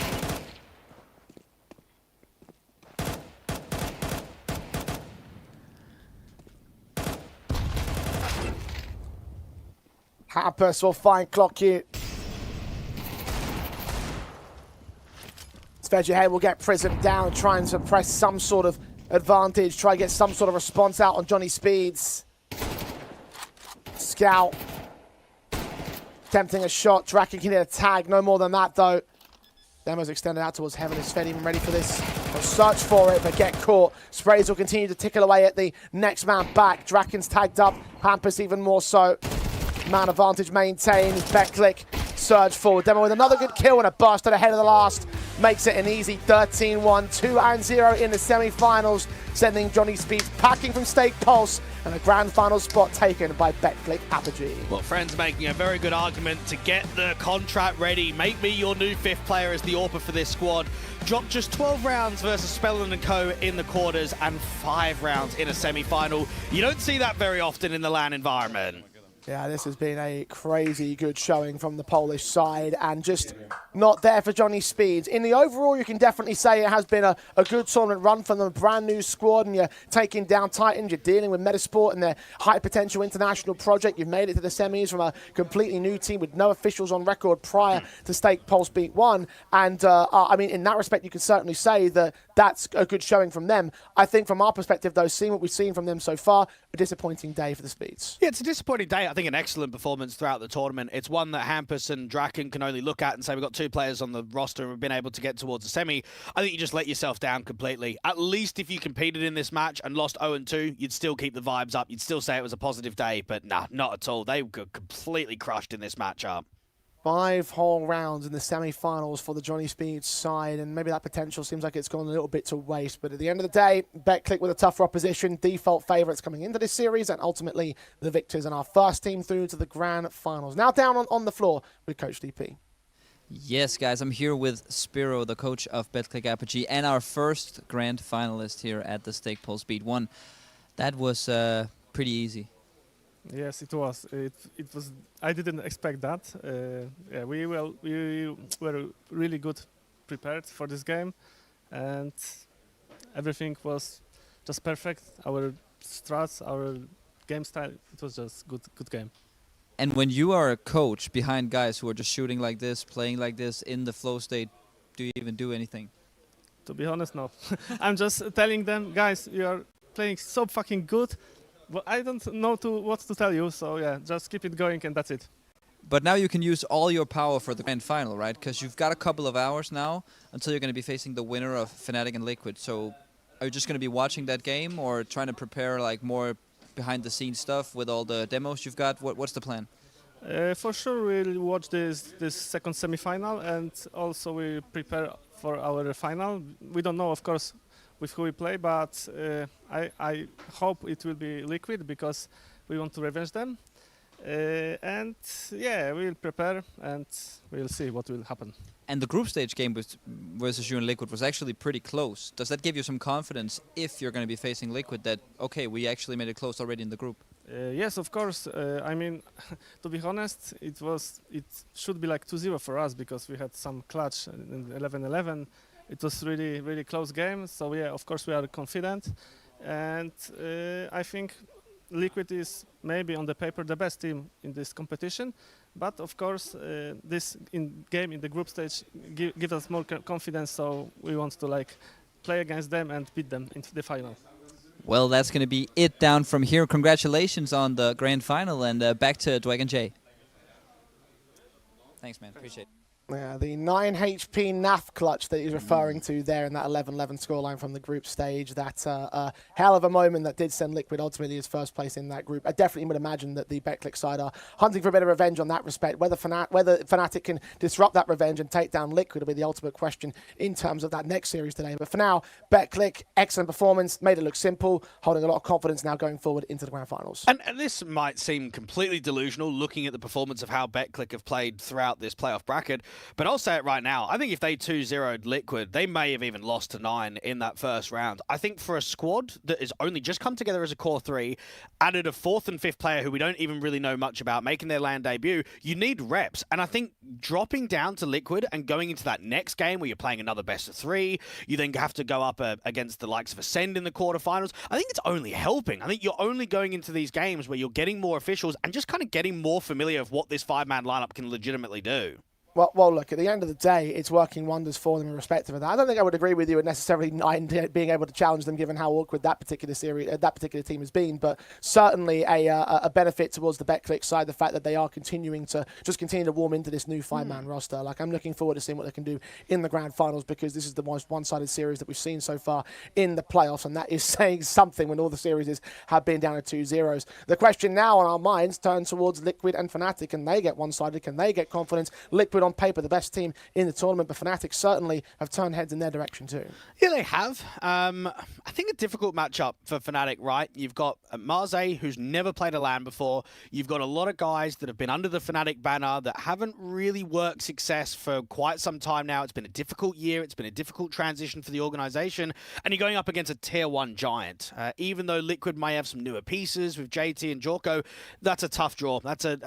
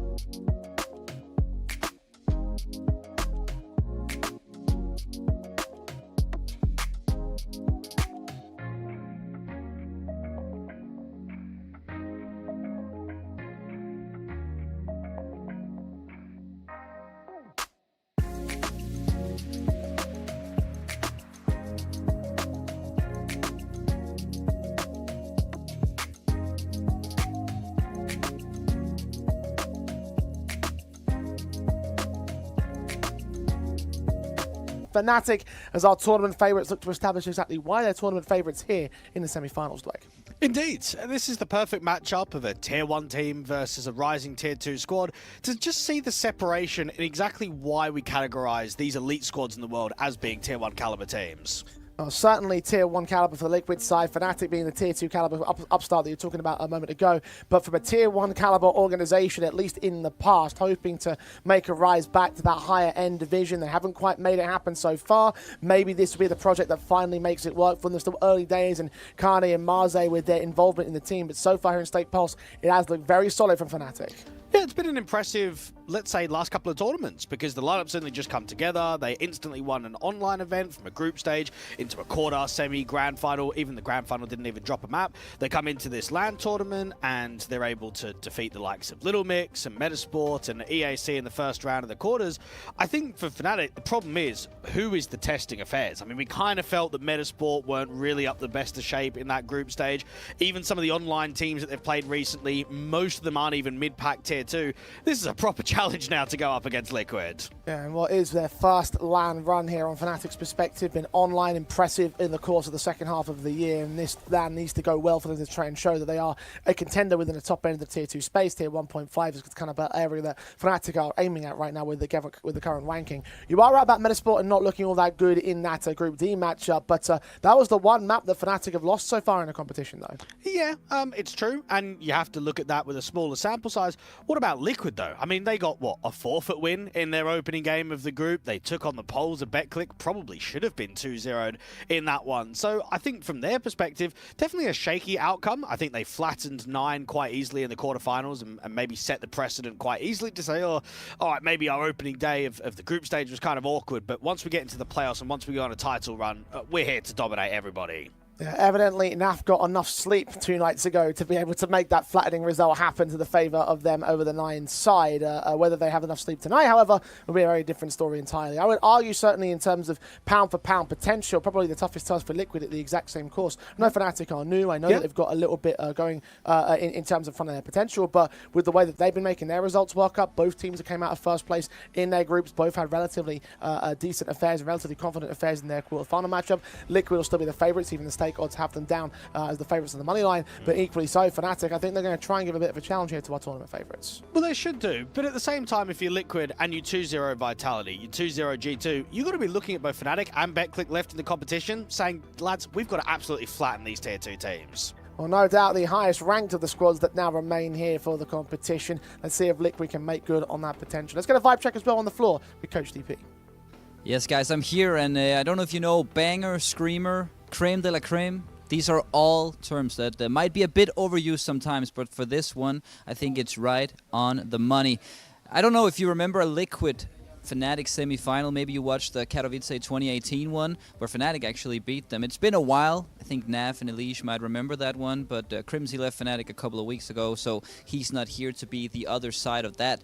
But let's take a look at Fnatic, who's a team that we've been enjoying steamrolling through the groups and the playoffs so far. This squad is still unbeaten with the current formula, with Karen coming in, one of the guys who's been performing exceptionally well. He's 130 plus rated since he got the Fnatic jersey on and is back with his countrymen. It's been a pleasure to watch him, and Masai as well.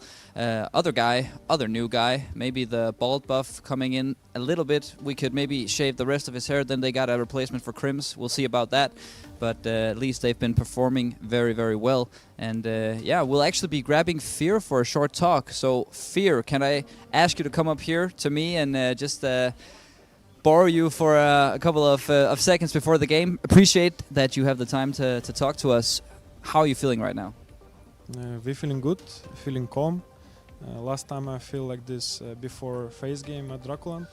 So yeah, let's smash. And you've been flying through this tournament, having it maybe little bit too easy. How do you make sure your guys are fired up for this one? Because it's going to be way harder than what you faced so far. Well, of course we expect a harder game because it's Liquid. There was a plus bounty before. We respect them. Very big org, good players, and we don't need to find extra words to be focused from the beginning. Everyone understand what the title of the game is. Fnatic Liquid, like you said, 3 years ago last time. time is flying. I think I was level 8. I don't know. Yeah, it's been a long time. And I want to shout out a legend of Fnatic, because Crims, he recently got benched. The old bald guy with the wisdom. Do you miss him sometimes with all these young guys? Of course, but he's still joining us a lot, I will say. After scrims or after good official, he giving message, video, whatever. Yeah, of course we miss him. He was very good and positive guy, very skilled. He shared a lot of experience with us. We just thanks to him.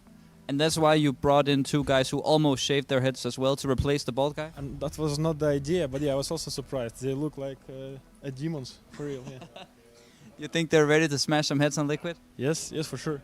Well, that's going to be it down from here. We'll be back with the casters, and I hope you're ready to enjoy the semifinal as much as I am. Thanks, man.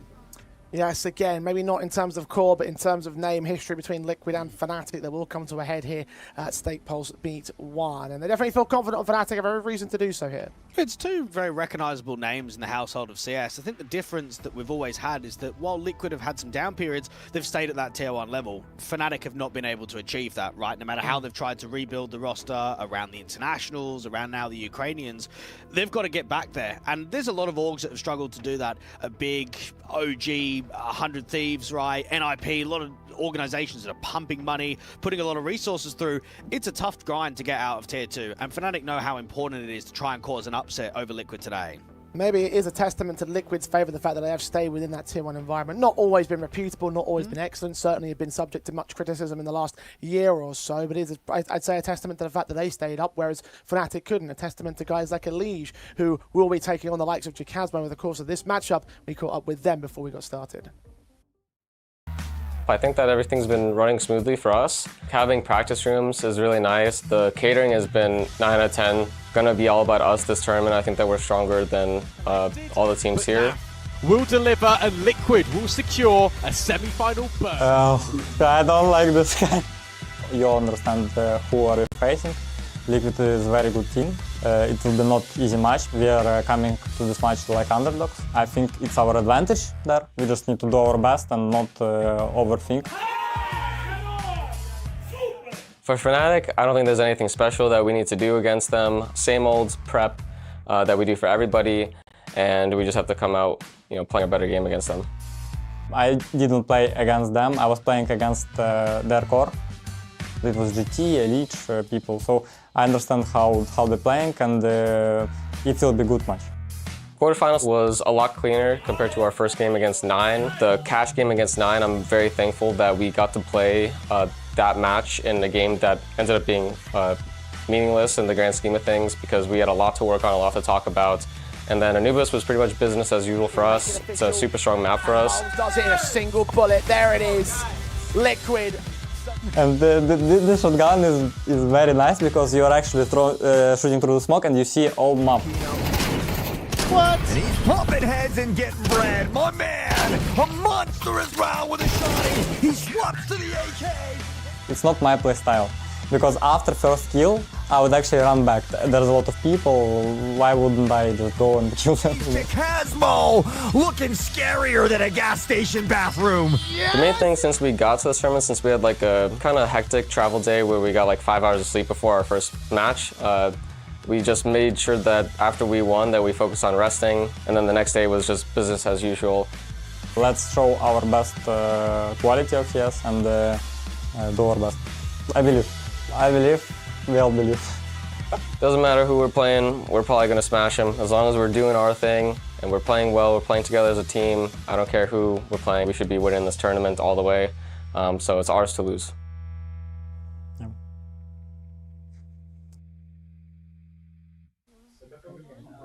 Ours to lose, says Elige. Maybe Jacasmo can say ours to gain. Fnatic definitely the underdogs in this proceeding, but still have a chance with all the potential that they've shown off. We've seen teams of potential just come out the woodwork here over the course of Stake Pulse. So in my eyes, they've got the best chance possible to take down the Liquid side of all the teams that remain between them and BetClick. This may be the one big challenge that Liquid will have to try and survive. And I think it's the perfect matchup to cause an upset, because Liquid have proved in Tier 2 lands across 2026, they are actually not as strong as they should be. You think back to Roman Imperium earlier in this year when we go to March, they get knocked out by OG in a semi-final, right? OG, a classic Tier 2 in 2026. Nordics. And then we saw a little bit later on into the year, they went to one of the Draklands. Mate, they get knocked out by Sashi in a top 8. That shouldn't happen. It doesn't matter who's on the team for Liquid. When you're a tier 1 organization, you should be disrupting and absolutely pumping the majority of tier 2 names. Fnatic at that very same tournament was able to 2-0 FaZe. So I think right here for Fnatic, they'll look at Liquid and say, if they're shaky against tier 2 teams like they were against Betclic in the group, let's prove it right now in the semis.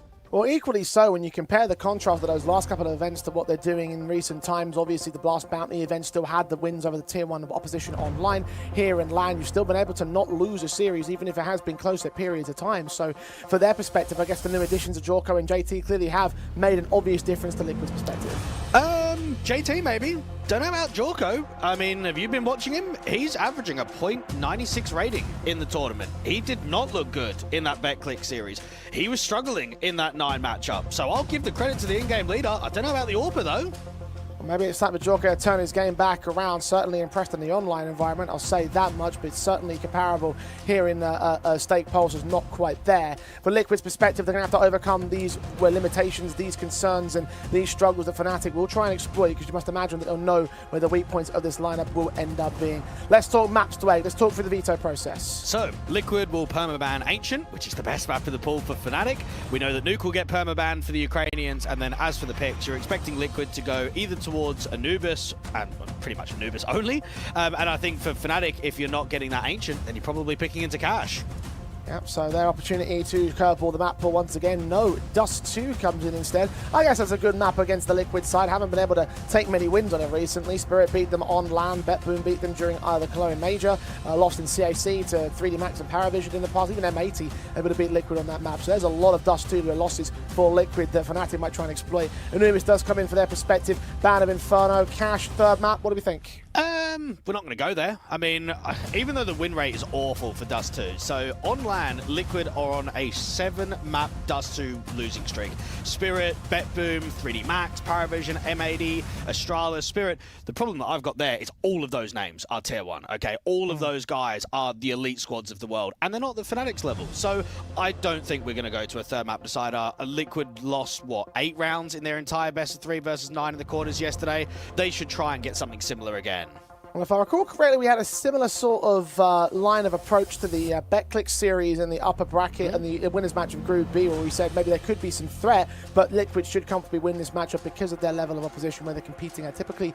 And that matchup obviously was the most stressing one for Liquid so far. They were drawn out to overtimes. They had 13-11s nearly go against their name. It came down to a 1v2 clutch that we said earlier from Naf to be able to keep them alive. He had 9 HP over on that nuke. It still came down to only that one individual play that should have knocked them out of that group, at least for the winners game and for the second seed instead for Group B at the very least. So for their side of things, they have been within touching distance of making concessions, but not quite able to do so. And so Fnatic, being their strongest opponent thus far, this may well be their chance to exploit all of the potential that Betclic found. I think if you use that chain of logic, you have to respect Betclic and say, look at what they've done in the playoffs. They've dropped 17 rounds. So perhaps they are the second best team in this competition. Perhaps we have to look at them as more of a threat than what Fnatic would be in this semi-final. I think for Liquid, they've just got to get their hands on a trophy, because everyone remembers the golden era of 2019, the Intel Grand Slam, the Nitro era as the AWPer on the squad. Since then, I mean, what have they won? Like, I know that they've been competing at the Tier 1 tournament, they're constantly at the majors, but they're not winning titles. This is their tournament to win because they're the only legit Tier 1 squad left.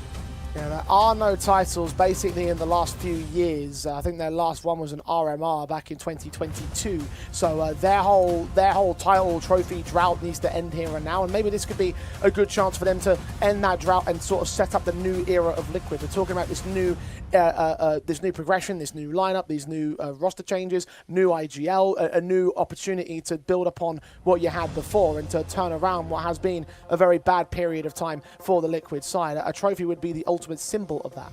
And Liquid have beaten this Fnatic side 6 out of the past 7 times on HLTV. Now that goes for years and years, but I think that tells you the depth that Liquid have of the organization and the players at their disposal. They should be able to roll over Fnatic. You would hope and expect that there's going to be some competition. For me, I think Liquid are going to get a comfortable win. Well, Stake Odds have them as map winners for Dust 2. Use post 35 if you want to place a bet on this matchup. Fnatic coming into the opening of the series undefeated on Dust 2 on LAN in the last 3 months. Let's see whether that turns up here and now. Pistols live. They're on the T side start.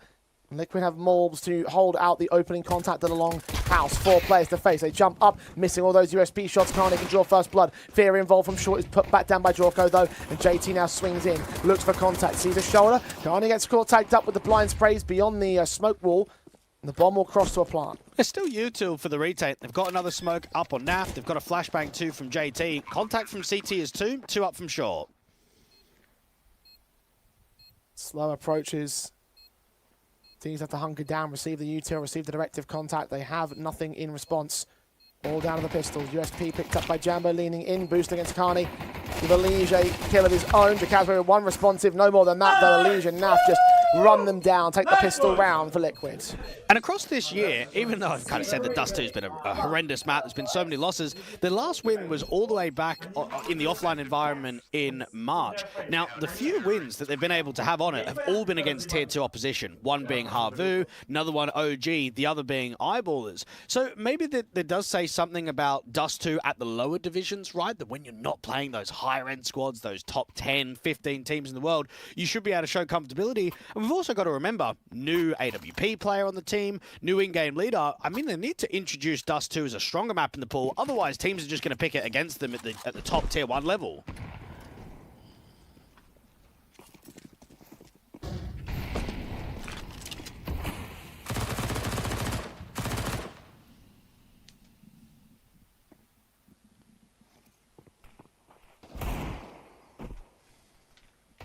Of course, Liquid's goal is to be a competitor at the Tier 1 environment. This tournament will be a litmus test to show whether they can do just that.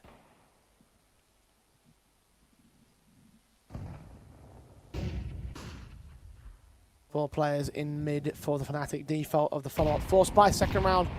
Sees the Galil's coming in. The scout available for Jambo. The search from Elige on the M4. Headshot taken rather cleanly on Marze. Nice nades on Carney too. And Marze just getting caught on that timing, and now JT just looks to block. All the info is that it's access towards short and an A lane for the T's.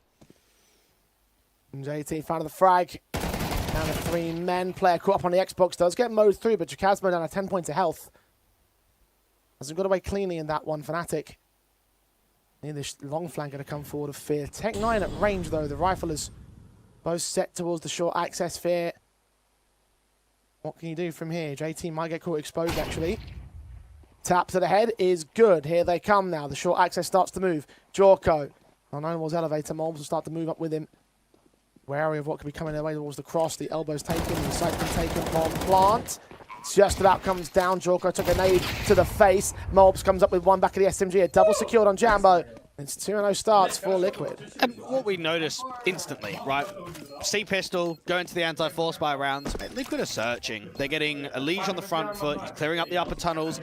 You've got Naf doing the same thing. Now, yeah, he doesn't quite get rewarded. He tries to get that jump up towards the Xbox, ends up getting caught out on a timing, and then that shifts a little bit of that defense further towards mid and away from A, which makes the overall site defensive a little bit weaker, gives Fear a really good timing out in long.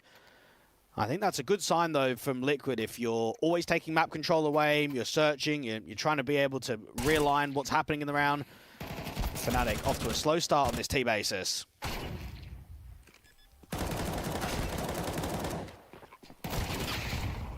Not upon Plant back once again with 3 more kills to their name. But not going to force buy again. Actually, we'll drop a hero AK towards Akane. Kevlar, the half buy on Fnatic.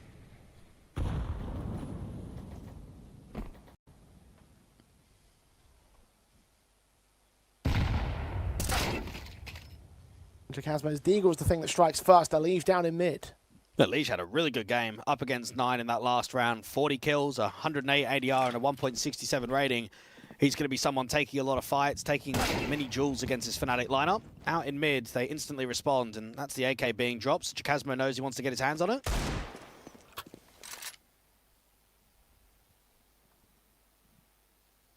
Moves forward to receive. Eagles revealing himself. Matches are sent for the Eagle to strike back. Naf completely caught blinded. JT with a response. Marze's going to try and find him as well. 2 players to swing in. One from beyond the doorway, though. Cannot support Marze. 3-on-2 secured, making it 1 with JT swing back. AK drop to Fear's got nothing left. And it is nice to see that someone like Jorko is getting a chance. I think for Bulgarian players and Bulgarian fans, you had Cirque to look up to in previous years. Who have you had in recent times? I'd say Rainwaker, like clear one, an obvious one of how well he's doing now at the tier 1 level. But it's not been a scene that have produced a lot of talent and kind of given them chances higher up those echelons. So a young 17-year-old to be able to get a chance to join Liquid, yeah, it's great for the local scene. Despite the critique of his performance, he will go down onto the B bomb site defense. So Fear have that bomb, force out a secondary kill. Can he go for the third man? Plant the bomb more permanently. Bulbs just denies. Fear very well in that 1v3, but not able to fully capitalize. Not able to fully win the round out. I mean, right there. It should be a sitter of a shot from Jorko up on the backside, not being baited by Util. It just misses, and it gives Fear a chance to keep these rounds tight. Now, I think from the Ukrainians' perspective, you can be very happy about the damage. There has not been many players staying alive for Liquid, so you know that the reset is on. It's just whether you're going to actually be able to do that or not. Another gun round comes through, 0-3. You've got to start acting quickly, not only because it's a semi-final, but because you're up against a team with so much structure like Liquid. Fnatic flashed in against towards Elise, unaffected by that flashbang, so Fear goes down really quickly. Casmo, meanwhile, acting out towards the tunnels with 2 more teammates. Bombs on his back. Flashes go over against them. Steeper smokes may well line up a bit of vision. Carney. Molotov also sent to the access over at the window, so the bomb can't cross safely from here. HEs will try reveal nothing. Elise will get Jambo down in mid. The bomb will be planted, but it's 2 men up for Liquid. And what's he doing? All he needs to do is live, waste out time. They've got 3 players on the B bomb site. He needs to cut rotations. Jambo is activated way too early. Casmo trying to make a difference. Awkward spray. Engaged still against 2. Does find those 2 picks. Napa Morbs down. Another kill available for Marze. Carney gets involved. And despite the mistakes in mid, the central force locks them out of the B sites. Well, Liquid have done nothing wrong there in the lower tunnels. They've peaked as 2. They've not isolated fights. And they have been hit by a really tight spray transfer. Lovely shooting coming out from Jacasmo. And you could just feel that if they go 1-for-1 against Jacasmo, somebody's eyes is going to be towards that upper tunnels rather than out to the window and the doors. There it is again. Almost makes that double look completely free.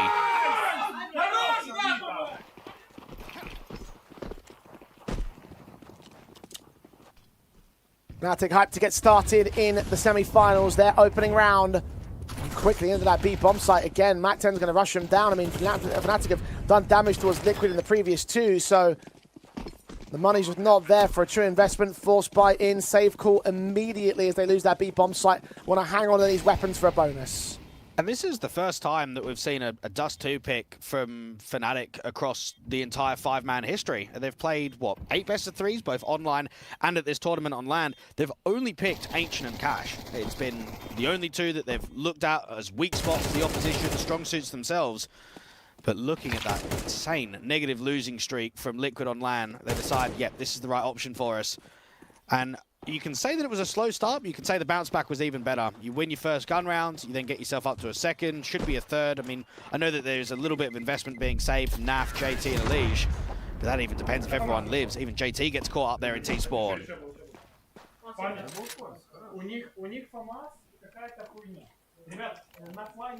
Nothing found in that round, nothing held over. Minus the 2, I believe, pistols they had on those last 2 men. Not much to speak of.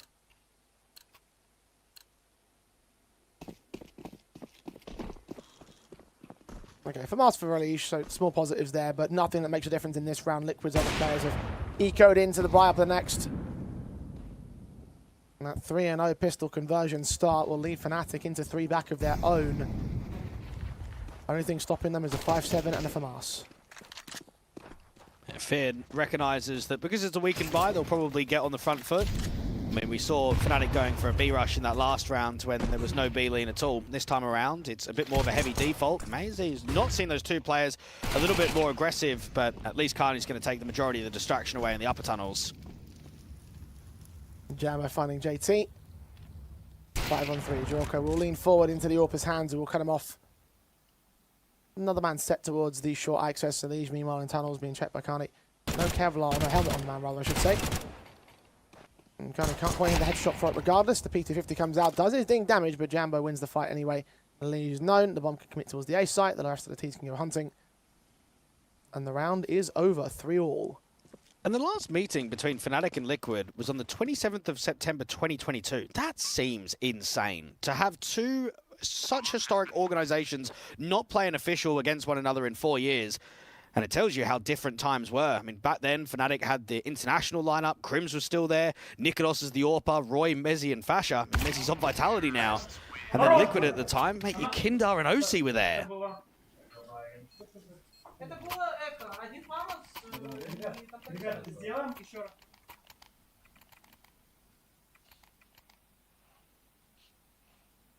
It's quite a while now.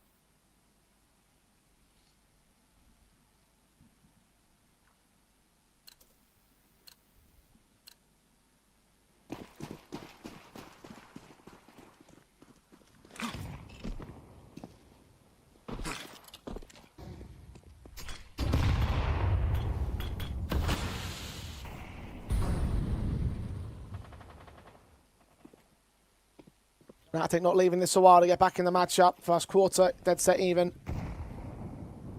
Guns in from the Liquid side, still with FAMAS limitations. Orb of Jambo. Along mid-access, Carney and Marseille just mow through them. JT even goes down to Marseille. As Fear will cut the rotations off with the smoke to CT spawn. That's round done in a matter of two kills pretty much. Well, that's poor from the two anchors out there on beam. That's the two veteran players of NAF on a leash. They don't get quite caught napping, but you should be getting at least 1 kill each, probably 3 kills between the two of you.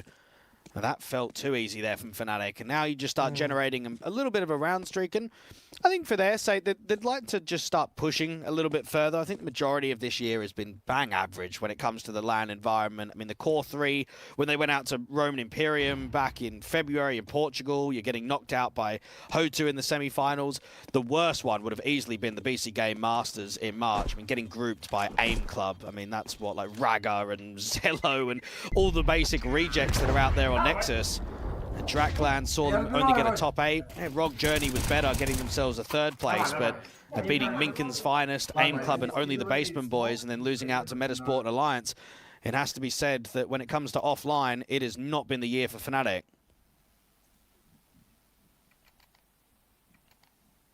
Both teams have had their difficulties across this year. Liquid at a higher level, Fnatic on the journey to the higher level.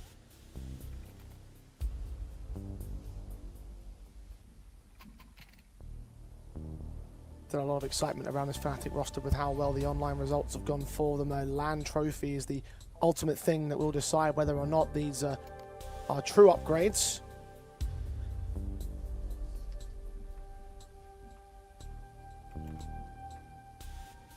Only seen them in 1 ECL Cup and this event since the player break ended.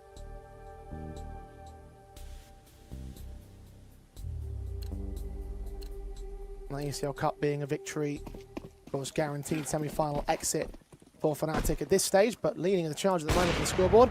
Forcing the tactical timeout from Liquid. Getting all the momentum right here. Naf gets legged up on the mid-cross. Counter util still set in by the T-side forces. Well, Jorko's hoping that he can catch just someone on the extremity, on the default, down towards the lower tunnels, break that boost, get a man up and just fall off. Naf can't really do much on the B defense. He doesn't have util to block. He's already low on HP. You're gambling quite heavily with this first contact. Good engage. Fear goes down. Boost does work for the opening. Now comes the execution of that B-bomb site, which has been weak. And he can get a Deagle shot back on Carney, though. Can't get any more, though. Spamming away with the Deagles. HE sent his direction. Eventually will finish off the job. 3-on-3. Backstab's closing in rather quick. Bombs on site, though. Yeah, they need to distract. They need to set up this flank in the upper tunnels. Not going to be ready for the tunnels angle. Marseille spraying dramatically beyond the big box. Now checks for the position and gets the headshot in. Moles did tag him up too. 24 HP. Jorko on 37, JT on 55. Both the remaining CT players have not that much better off, and without the weapons situation, without kits in play, best for Jorko at least to save the M4. Maybe JT will stick around for exits. for Fnatic. 5 in a row, surge into the lead. And I think this has to be quite a humbling experience from Liquid to drop down in the divisions and start playing these Tier 2 lands. Because even when you look at the most recent Tier 1 events that they've been a part of, Blast Bounty, massive crowd, the Cologne Major, a CAC out in China, IM Atlanta, IM Rio, all they're doing for the most part is participating at the Tier 1 level. Now, we have mentioned that they've gone to a couple of these Tier 2 lands, but they don't want to be here all the time, do they? They want to be a top 10 team in the world where you don't have to attend these events. I almost feel like a lot of the time, similar to FaZe and what happened in their race to try and qualify to the major, you only go to these Tier 2 lands to either get reps or get VRS points quickly. If you've got enough points, you ain't coming to these events. Well, throughout last year, they were doing a good job at not needing to go to any of the Tier 2 lands. Times have definitely changed since that point, though. Beginning with the Roman Imperium Cup in March. 4th place exit there, Draculan. Obviously, we talked about that many times over the course of the week. We'll talk about the 2 picks of Fnatic to start things off. Chikazmo and Jambo, again, in the early portions of round 9, will lose Marze and leave Chikazmo at low HP. But again, Fnatic are in the man advantage, in control. And they are just so set, frozen up on this default. They've worked an opener. They know an info player is approaching. So just give them respect. You're holding outside of long, holding top mid, holding outside upper B. And for Liquids, I mean, this is a very difficult round to recover. You're pretty much separating everyone. You've got an anchor out on B, a player watching the mid cross, and then JT that's meant to be holding short and long at the same time. Carney does go falling in the end, so JT has brought an opportunity back. Solo pressured out to this A-bomb side, though. Backup is on the way, as I suspect there might be some sort of commitment. Smoke down at the cross. Look at Jork up towards top mid. AWP pulled out here, footsteps coming in close. Hit the shot on Jambo, drops that bomb, looks up to the long house. Can't quite connect that next connection. The AWP player of the T side has to back off permanently. Now can get surrounded by the CT forces. Pressed on both sides of the house. JT seen. That's a good shot for Chikazmo. But no further swings of the CT side. A man is moving closer from NAF, and Chikazmo will get caught with his back turn. All on Fear now, out towards mid. Being searched on by Jorko here in the footsteps. Has lost that bomb and will miss the timing on towards short. Naf's at least making his way back on towards long. 6 seconds. No time for the plants to go for the kills. Not get any of them. Streak ended. Liquid on 4. And what we feel there from Fnatic is maybe they give too much respect in that 4 versus 3. They're trying to slow it down. They're almost inviting Liquid to start getting greedy, and it doesn't quite happen. They come out from long. They lose fights to JT. You've then got a good flank timing coming in from Jorko. Fnatic know that that was a moment to go, what, 7-3 up, really put up a dominant scoreline at the turn of the half. Instead, you lose a round out to the CTs. Rebuy comes back in.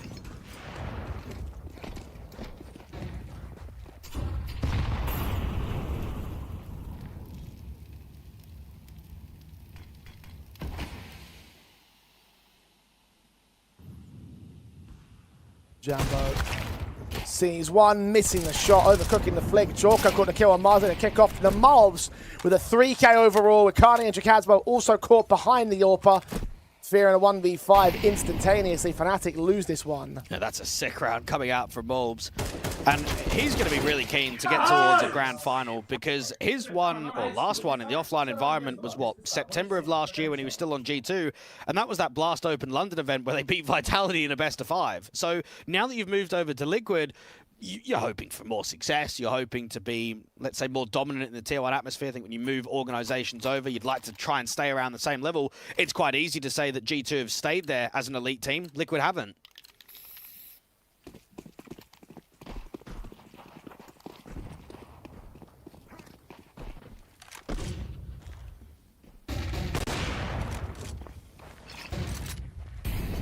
Staying within touching distance of Fnatic here.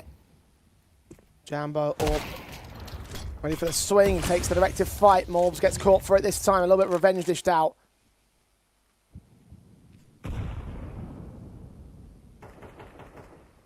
Advantage still T-side. They're searching for trades elsewhere, particularly on short, where he's looking down the tunnels. Jorko and Naf will start to take more permanent space in mid. Will they catch off Fear? No, missed the timing on it. AWP might be able to work it, just I was going to say on the jump spot. Elige spamming, trying to get very aggressive. Great shooting from Elige. He loses Jorko and Naf. Suddenly he's very pressured here. Counter util, the Molotovs and the smokes. Counter mollies will try and drive him back, but they're deep on towards short, so he continues to extend. Kazmo will stick around as the teams back away. They have abandoned the A bomb side, thinking there might be something off towards the B play. Flashing from JT for at least a check. No one's seen close, has to start respecting that smoke because it will fade. But he doesn't want to fall back to site because he knows that they could be open towards long. So if you fall up, that's when you lose the timing. Unfortunately, makes noise out there towards short. Backs off, wants to reface though. Jammo will hug that cubby corner, ready to see the swing. 30 seconds, Elise to defend on. Now seeing players towards that short access from JT. Elise good for 1 kill, only 1 kill. It's all on the captain. Molly sent towards CT, towards short to block any early bomb plant denials. That said, though, there's a HE available to him. Puts it out. Doesn't get Marze. 3 HP.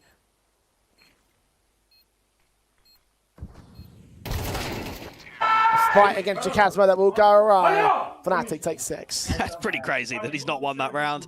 I'm looking at that HG thinking there's going to be a lot of panic and chaos on the bomb site because you've got, what, load time on the clock. He can come up from CT. Somehow, some way, he just evades it. Survives on 3 HP. And for Fnatic, I mean, this is a pretty good shift. You got off to, what, an 0-3 deficit on the T side. You're looking pretty good on the defaults. You're drawing in a lot of overfights. They're holding weight.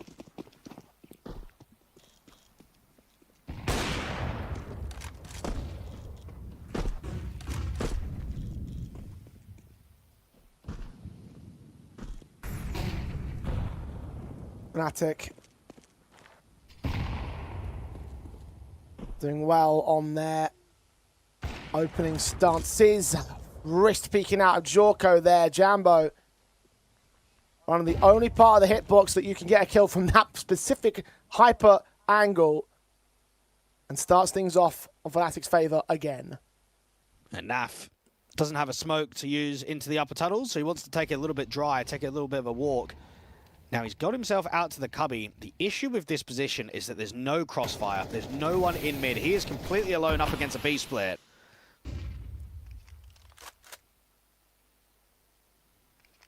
Well, that's been the saviour of Liquid over the course of the competition. Can he save him this time? Trying to find information, trying to find where these T-side players are, but the smoke down to CT will start to confirm what's going on now. Elige hoping he can catch a tag or a frag, preferably the frag. Naf's got so much to do. Will tuck himself into the corner of Carsine, but a player into the B doors tries to duck out of the way of him, but Chasmo finishing off the job that Fierce started. Now place the pressure against JT on 24 HP, naded out by Jakazmo. Elige also seen. Half HP, he's got no chance. Morbs has no chance either. Fnatic. Half advantage for their T-side, 7-5 up the task, all a case of time, and time runs out on Liquid. Well, Liquid will be disappointed with that performance in the first half. They looked pretty average, pretty flat, didn't really get a lot of spark going. I know that it's one of their weakest maps in the pool, but when you're going up against a team that's legit tier 2, mid-pack at best, you should be at least the expectation of rolling them over, really giving a fight back to them. Now, there's chance for recovery. I think this second half, if things go right, win pistol, win first gun round, you can pressurize them, you can get on top of them, but they know that they can perform at a much higher level than what's on display right now.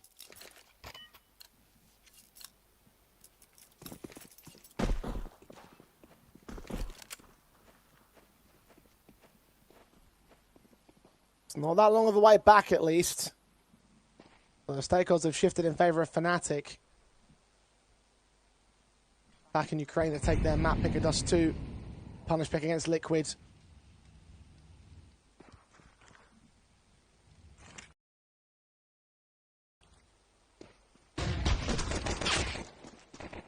And we get into the pistol round. Fnatic shut down Elige to kick things off. Marze in mid. It's a good start, and no one's in a position to keep refighting there from Liquid. It was a solo lurk from Elige, so everybody else is grouped up around the short area. Jambo has got a flash around the corner from Fear. I wonder if he'll flash him in after that smoke.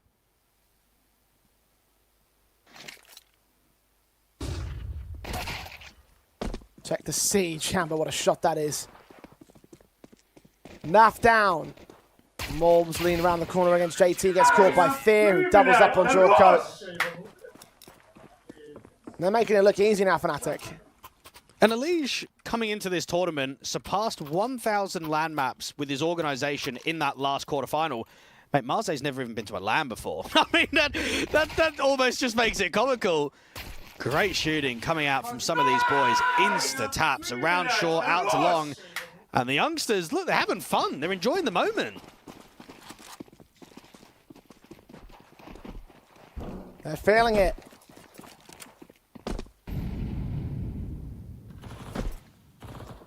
Three to the good on their advantage, about to grow two with only eco pistols on Liquid.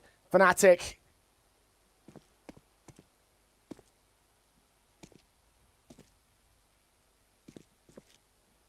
One man to meet them right now, Jacasmo. Line up the spray, 2 kills secured. Struggles a little bit with the third, fourth and fifth, but they all come together in the end. That's an ace, our first of the semis. There we go. Fear likes that one. And I guess for him, Jambo, Jacasmo, I mean, their last LAN Grand Final was a year ago. And I mean, we've kind of spoken about it, how tough Fnatic have found things online, offline. That's why there's been so many changes throughout this year. I mean, Blame F went over towards Big. They got Madden for a little bit of time. They eventually get rid of Crims to make it full Ukrainian. Bratko, I mean, he was just a pod. So it's been difficult, but they know a good run and an upset against Liquid. Mate, you'd be looking to try and win the whole thing if you cause an upset today. I mean, surely you take that number one team in the tournament odds on favourites, and that puts you in good stead to do so.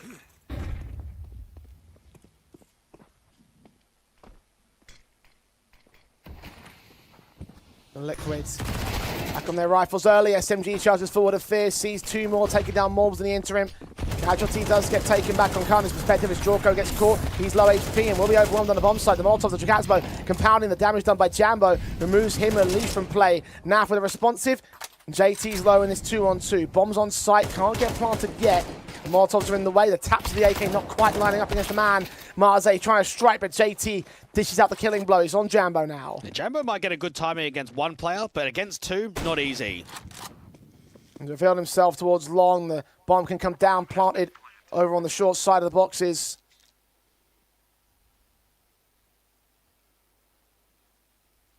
JT will be an easy pick.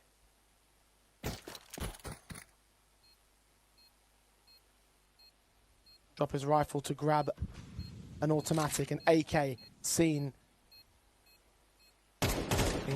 He's a headshot, desperately can't do so. Adjustment's good on JT. Second man spotted, no util for Jambo. Got to win the fight and he can't do so.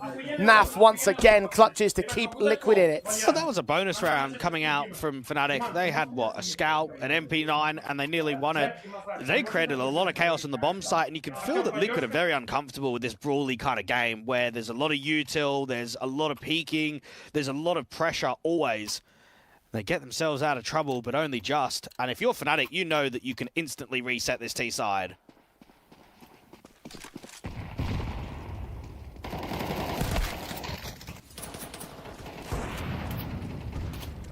The 2-for-1 trades down mid. You certainly expect they may be able to achieve that. Jambo and Marze on the Morbs and JT. Now for the responsive, and Jorko follows it up on Kane, trying to really get involved here in mid.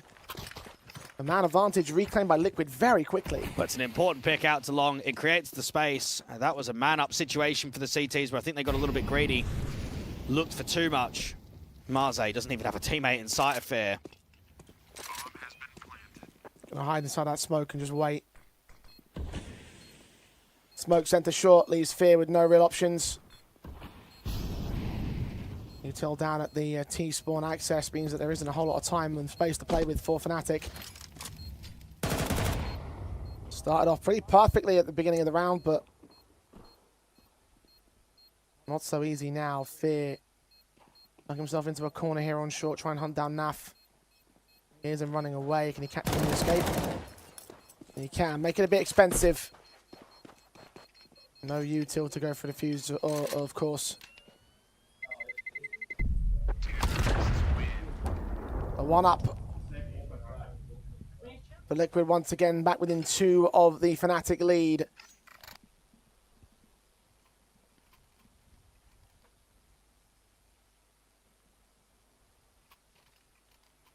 Advantage can close more so, though. There's not a lot of cash in reserve for the CT forces. Timeouts are called in by the Ukrainians. Their first one as well. And even though Dust 2 is not a common pick for Fnatic, they've looked pretty good on it in the LAN atmosphere. They took on Alliance, a couple of months ago and took them to overtime. That's a top 20 team in the world that can win titles at pretty much any level in Tier 2. So they know that against Liquid, it's a good punish. I think at the moment, it's now starting to get a little bit nervy because the scoreline is tight. We've not really had a back and forth game between these squads. There's been round streaks. The lighter buys and resets haven't quite occurred like we saw in the quarters or even in some of the group stages for both of these teams. We just wonder, can we get that momentum and flow state for Liquid? They definitely found it in that series versus 9 in the quarters where they're just getting round after round in a row.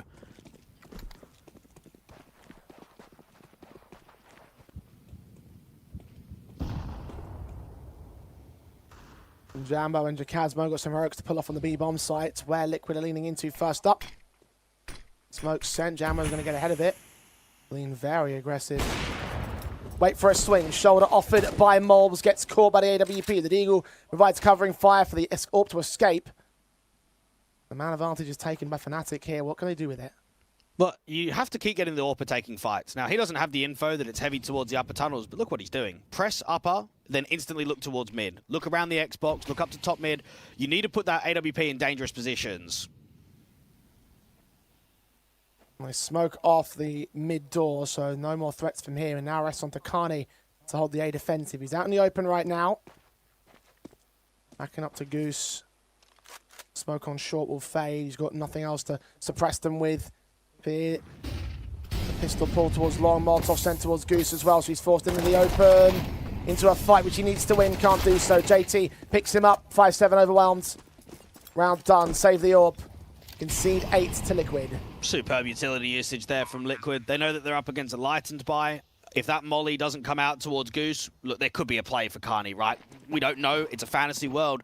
But if that's either being uncleared or not properly dealt with, you might get 1, maybe even 2. I mean, that's a hero M4 in a really good position. But as soon as you get mollied in with that flashbang, you get forced out into the open. Liquid get themselves up to 8. Disappointing, I'd say, there for Fnatic. I mean, when you get an opening kill, even on a lightened buy, you feel like there might be something in the round. Carney gets nothing, Fear gets nothing. You end up saving onto 3. At least you hold on to an AK and an AWP. So at least you kind of come out of that round with more than what you came in with.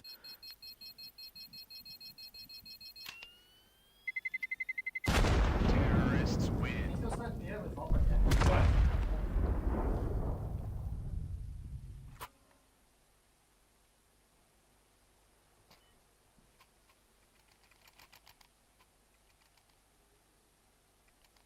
In this next round, though, you want to come out with the advantage still. Fnatic fighting to defend their lead.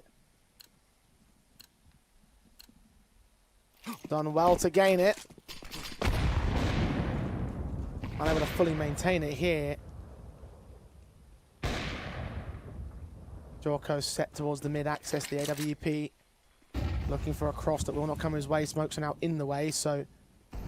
Defensive line set for the CT side. Marze and Jacasmo both on the B site. Jambo pushing towards the longhouse for the first contact. No one's received here on Liquid.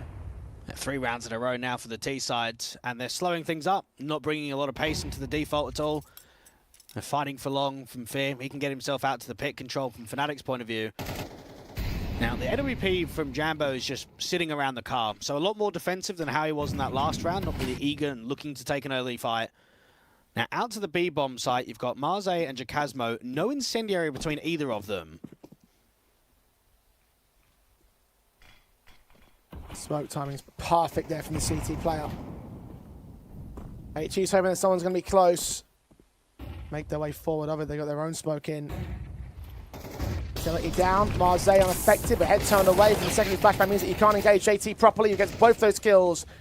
The execution's looking just as solid for Liquid as they were on Fnatic's T side. 9 all, we've evened up the board. Now, when they re-smoke towards the upper tunnels and a lurk smoke comes in, for me, 1 or 2 things either need to happen.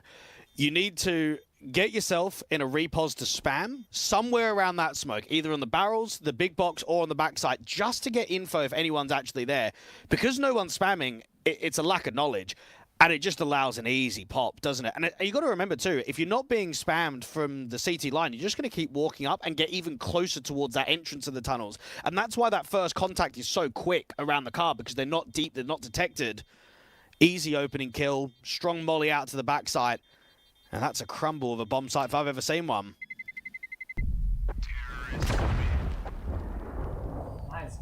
Fucking nice, boys.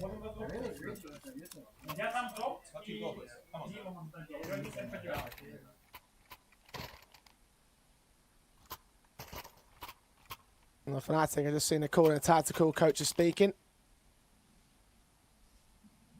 Time to talk. Because they were at a significant enough advantage.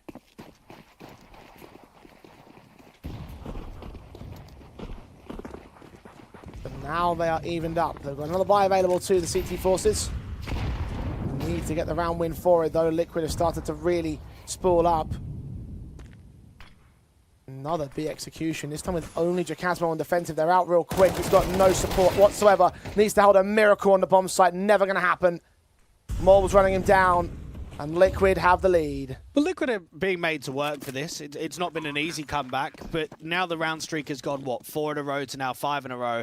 Mentally, that's really crushing if you're Fnatic, because you're on top of them, you looked in a really good position. Yeah, you're going to get a rebuy in the next round. Jambo can drop Jacasmo, no problem. But Liquid have only got a few more to close, and on their worst map in the pool too.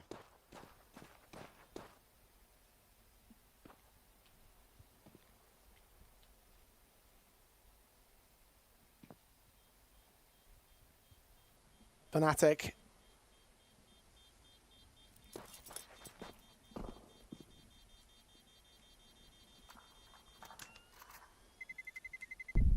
At least keep all these weapons in play means that the next buy will be fulfilled with all the rifles, a 5th rifle just to get brought down, and all the others held over.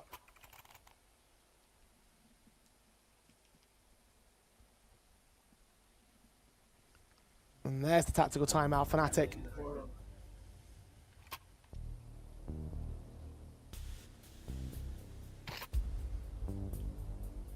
Have to find an answer now.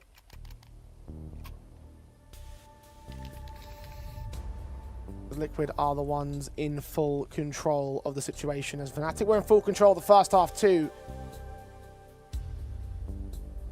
This is not the first half.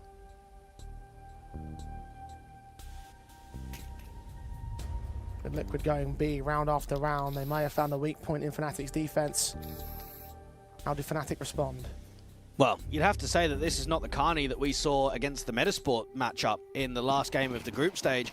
His very last LAN was an overall title within IP, and funny enough, at State Ranked Episode 2 only a couple of months ago.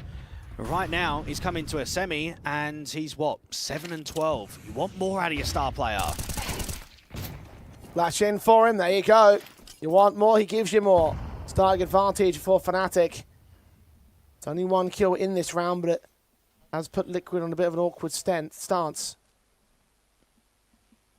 2 men on the B side, Jacasmo and Marze following down in a pretty lined up position here. Meanwhile, mid's going to start to get taken with the CT smoke put in. Elige walking through the AWP, seen 1, missing that shot back. Elige wary of the CT player, spray blind on Carney, finds the kill. Now the 2 B players need to hold off against a split play coming in. Marze with a pick back inside that smoke. Naf can't find him, desperately searches for the bomb site, finally sees him, does get that kill. Jacasmo with 2 to gain, and none go down. The Deagle of Jambo, AWP posted up, turning away from that flashbang.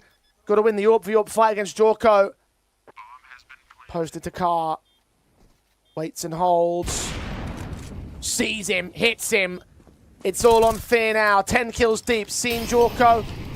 He had to utility the Incendiary to try to force that man out of the open. There's no smokes available. He's forced slowly into the waiting arms of the M4. Fear takes him. JT's close. How close though? Fear has sussed him out by baiting in the spray. Can he get the man down though? JT's not moving. Not far enough for Fear to force him out.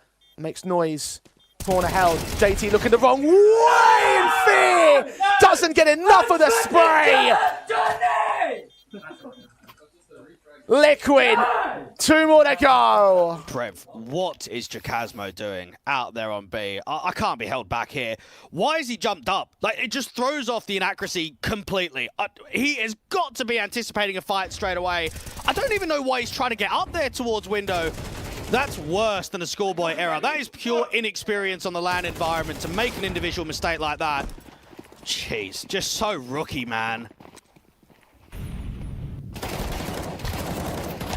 Despite playing so high so previously, he does get the opening this time. Marze with 2 back, and this time Liquid go heavy into the B site early and get wrecked on their own state of things. Finally, Fnatic have broken the backs of the T side line. JT alone. A 1v4 to win. He knows he's got no chance. Well, they were probably anticipating a mid-fight just because the CTs are starting to get quite desperate. I mean, this round streak is completely out of order. It's 6 in a row. Think about something high press, so they try and swing really wide up on B, and they lose some really key fights. Marze gets 2, Jacasmo gets 1. Now, what JT can hope for is just to make this round slightly expensive. See if you can just draw in a couple of fights here or there. Don't allow mass AKs to get held on the CT basis. That's a nice shutout round there from Fnatic, and it's their first gun round win in the second half. All they've won is pistol and anti-eco.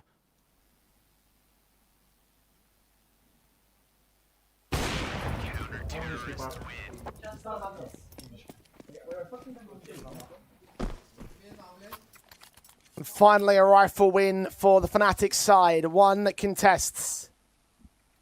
One they've been looking for forever.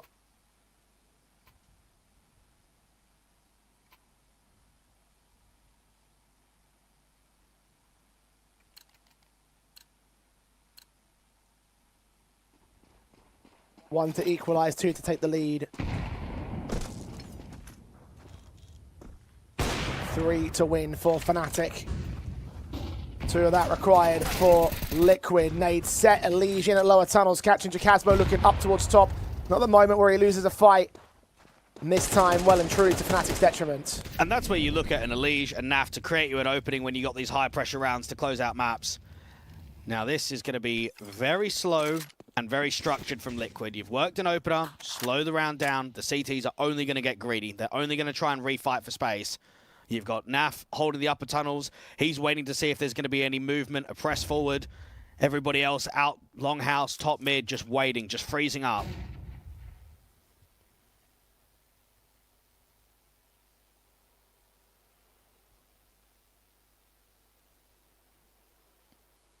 Catwalk to short maneuver for Liquid. Only 1 man in receival. Marze's AWP. Seconded by Jambo on the long contest. Jambo's got a lot of work to do. A kill will not be enough. The flashes send it. Telegraph what's going on. It's 1 shot missed. HE the sight. Dishing out minimal damage. He's got to back away. And look at the late lurk from NAF. Check for this, but still losing his life. And they're going to go hunting off the back of this one too. 5 on 3. The CT do not have an easy escape route, which Moles will bear down upon them with. Fear, fragged. Marze wary of the backstab incoming from NAF. Him and Jambo try to escape. Try to get out of this round alive. Once again, Fnatic heavy stack a bomb site. And do not get away with much. Well, that AWP is definitely falling out from CT. The one towards long will probably survive from Jambo. So there's something being brought forward into the next round. But this has been a crushing second half in from Liquid. And I think it just shows you not good enough from Fnatic, right? They displayed a decent level of quality in that first half. They come into the second and they've just looked okay. That's just not a level that can be sufficient when you're going up against any tier 1 side. It doesn't matter if it's Liquid or it's anybody else. That next level as such of opportunity, mate, you're just going to get slammed if you're not quite on it. Jacasmo's looked pretty good individually, but they've won a single round in the second half when it comes to a gun basis on your map pick.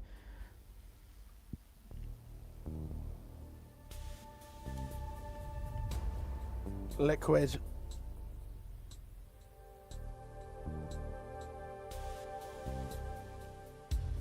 I'm feeling a little bit hard done by with the way the first half turned over, but now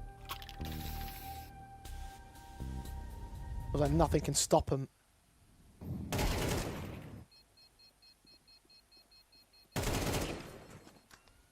Fnatic. Only got away with the one AWP being saved.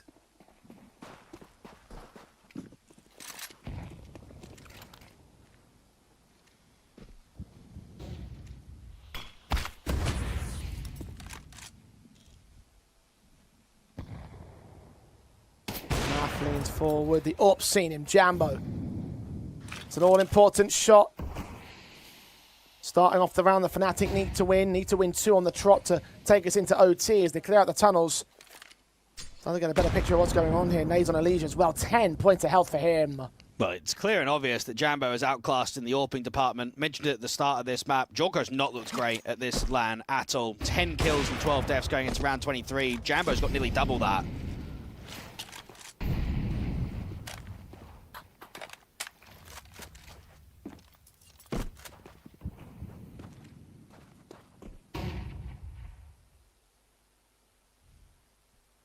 Zorb will continue supporting the A-bomb site. Hit the opener. He backed away by the T presence on long, but it's here to receive. Carney, M4, boots on the ground. Incendiaries trying to block access for JT and Mols. A little bit deeper on towards on there, like it to be though.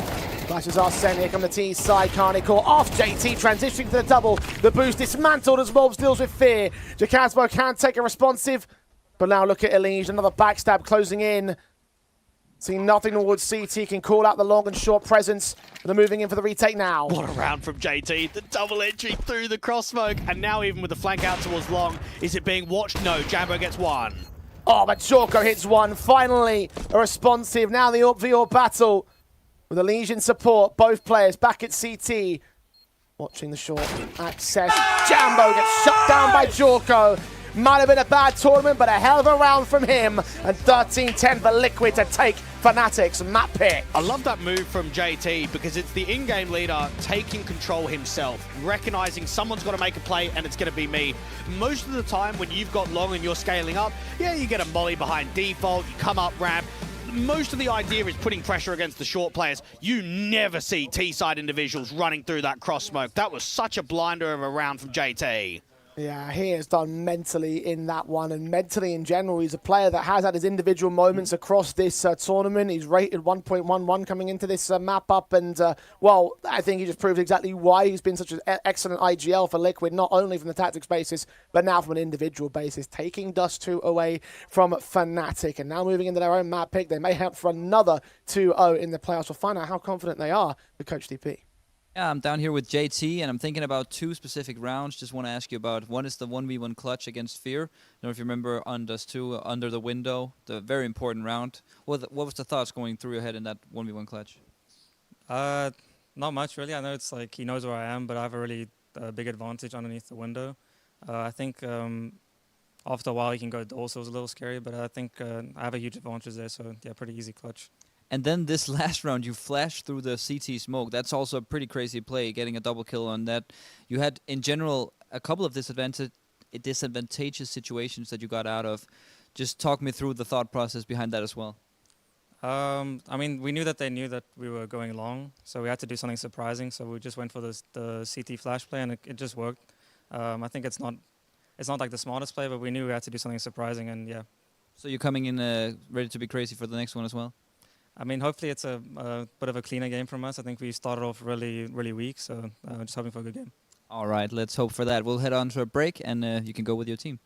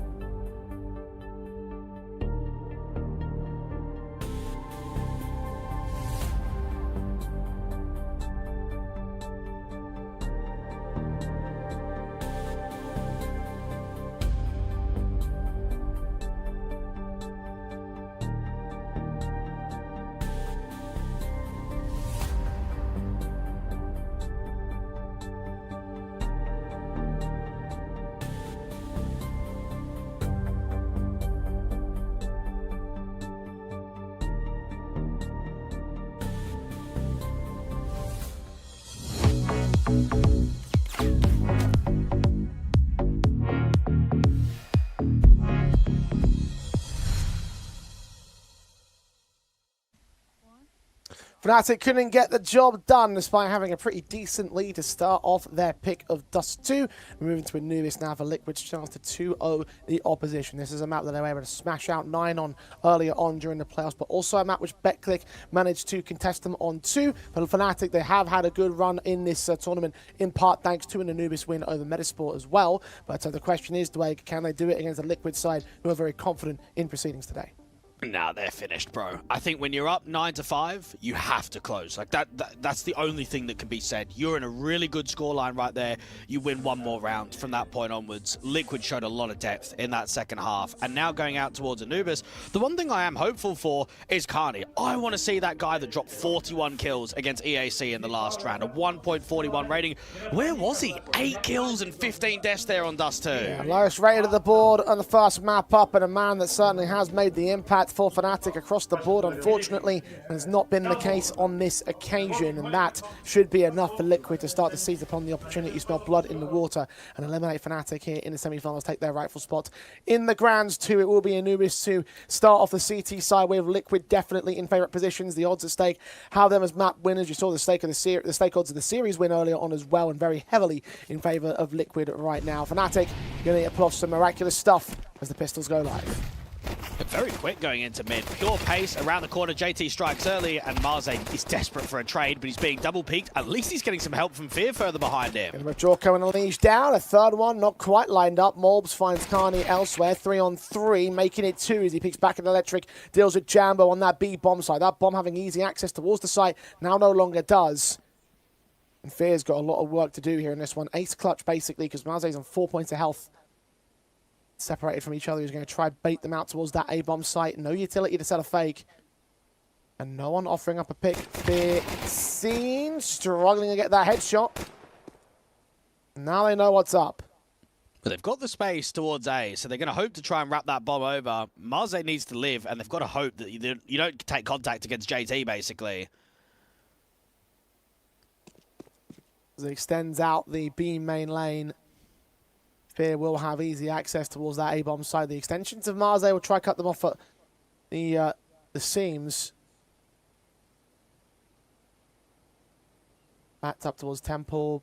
Heads turned away. Ooh, this is excellent stuff. Headshots reduced it to a 2-on-2. Looking in for a range fight. Is he aware of JT, though? Bomb plot secured. JT! Looking back in the wrong position. Oh, this could turn into disaster very quickly. But Mobs executes Fear. Straight to the head of the flick. The bomb tapped, no kit, Marze, low HP. Hoping the mob swings towards him, and he gets that swing and a hit. What a clutch for Fnatic's pistol. Oh, boy. It looks as if JT didn't even have his weapon drawn. I think he holds his knife out there. Oh, man. Marze with an incredible timing. And from Malbs, I mean, he'll be so disappointed in that one. He was the one on the front foot around the canals, working picks, making the mine advantage happen, comes away with a massive round, but not enough to be able to win the clutch. And that's Fnatic getting off to the positive start, winning pistol.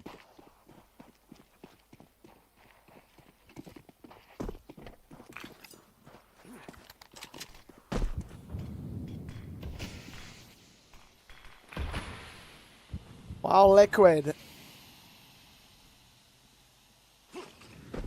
A significant front foot. Down the round scoreline, JT, SMG sussed out inside that spot with blind spray, eventually triangulating his position. Naf trying to do what he can with that MP9. Will get away with 1 kill, low HP means it's third. So these are going to swing forward and try to create even more chaos. The Mat 10 coming in from main of Fear needs to provide some trades because he's lost all of his teammates now at the canals. 2-on-2. The Casmo's low. Once again, it's on Fear to deliver the majority of the impact. They found themselves an angle. He's just snuck in to catch Dorko. Naf on 17. The bomb's still not with Fear. He's now being flanked out by Jacasmo. 1 versus 2. Fnatic. Was the man heard?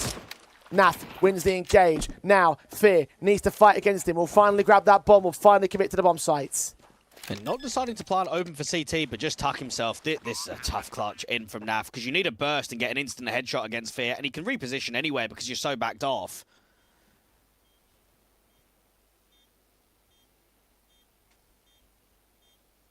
Naf is good at low HP clutches.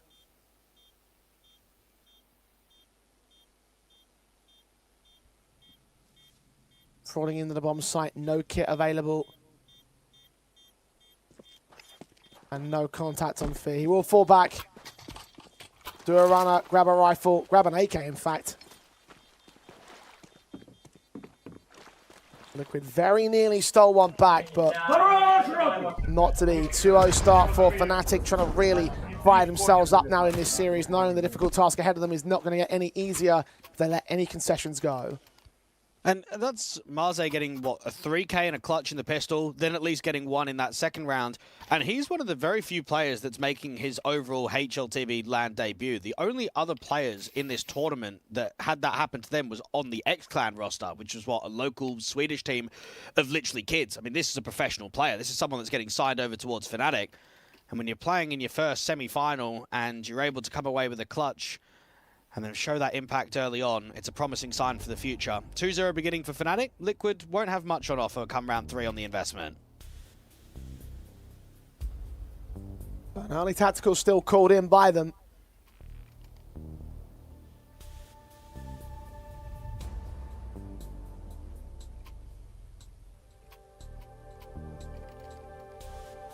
Not really given much of a choice. 2 rounds which could have set you up for the start of this map. 1 being a chance to cripple Fnatic's economy.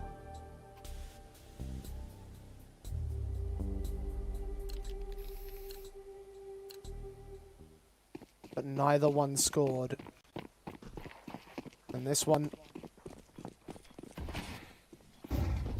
still going to try and bounce back, however. Fnatic are facing a much more heavier buy than you might anticipate. The AK save gives confidence to Napa, Legion, M4 involved, and once again the SMGs just go charging forward. They are right in the face of Fnatic, and this time it works for Liquid. A site's been left open, however, with the main mid-stack. They'll flash their way in on Fnatic from main. Incendiary's in the way of taking space. Jorko, first player on the scene in a 5-on-3 for Liquid. And rather than flooding the bomb site, they're just slowing the round down, giving themselves chance to group and get into some good positions out in camera.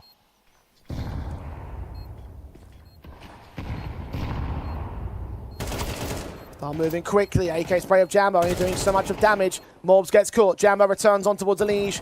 3-on-3 has been regained. Now backline's covered. The CT start moving. Carney deals with JT. Jorko and Naf respond back. Marze with 2 back on the Galil. They're reduced to a single player every single time, but the X Factor keeps coming in for Fnatic. Bro, that's 3 clutches in 3 rounds. You don't see that very often. Oh my. And they play that well, Liquids. They've got a 2v1 with a height advantage. Player down in default to swing first. Heaven player to then swing on contact. You're expecting Jorko to hit that shot every single day of the week, and instead doesn't get the instant connection.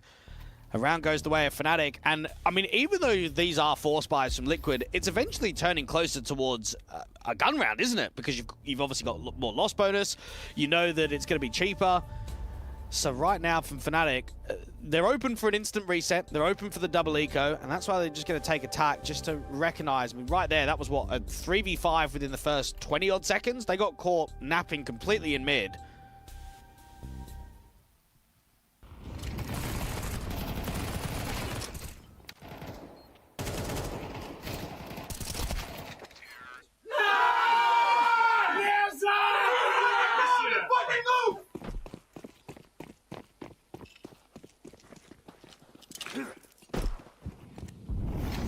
Marze on 6 frags thanks to that clutch. You're right about the force back in for Liquid, still with SMGs and FAMASs on a handful of players. The majority of presence is limited. The M4 in from Jorko, sees many, does a lot of tag damage. There's enough HP to add up to a kill, but officially no one's gone down. And Melbs has blocked by re-smoking off camera. Now, this blocks the T side in to slow the round in. They can't really go temple. They can't go cameras. So just hold up for a moment. It allows time for the CTs just to settle and start regrouping, re-clearing space elsewhere.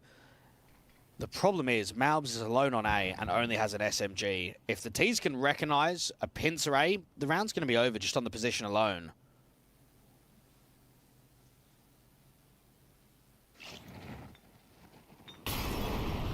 They are wary of the potential mid-window fight. Mid controls the emphasis on Fnatic. Hit down Naf, Jambo, caught looking the wrong way though on the FMR swing. Secondary pick also land up. Triple and Quadra nearly secured as well. The rest of the backup has arrived and Liquid are on the board. He is unbelievable. What a round out of a FAMAS as well. I'm looking at that from Naf thinking, okay, he's blocked out there in camera. He's hoping that someone gives him a fight. Just even a little, he nearly gets a 4K. He's completely by himself. And it almost ones up the clutches and the X factor we've seen in the first few rounds of the map from Fnatic's point of view to say, oh yeah, you boys can do that. Yeah, well, we can do the exact same thing. Fnatic.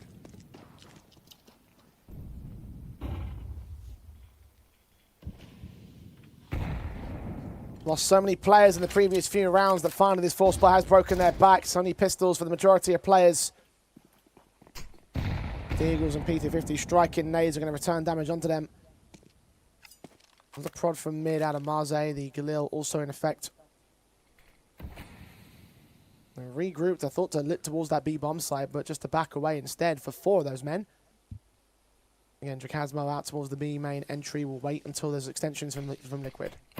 Well, it's a good cancel because that was just too easily read. The problem is now, look at what Liquid is doing elsewhere. They've smoked off the T stairs and they're just taking space. They're just siphoning so much map control away from the Ts right now.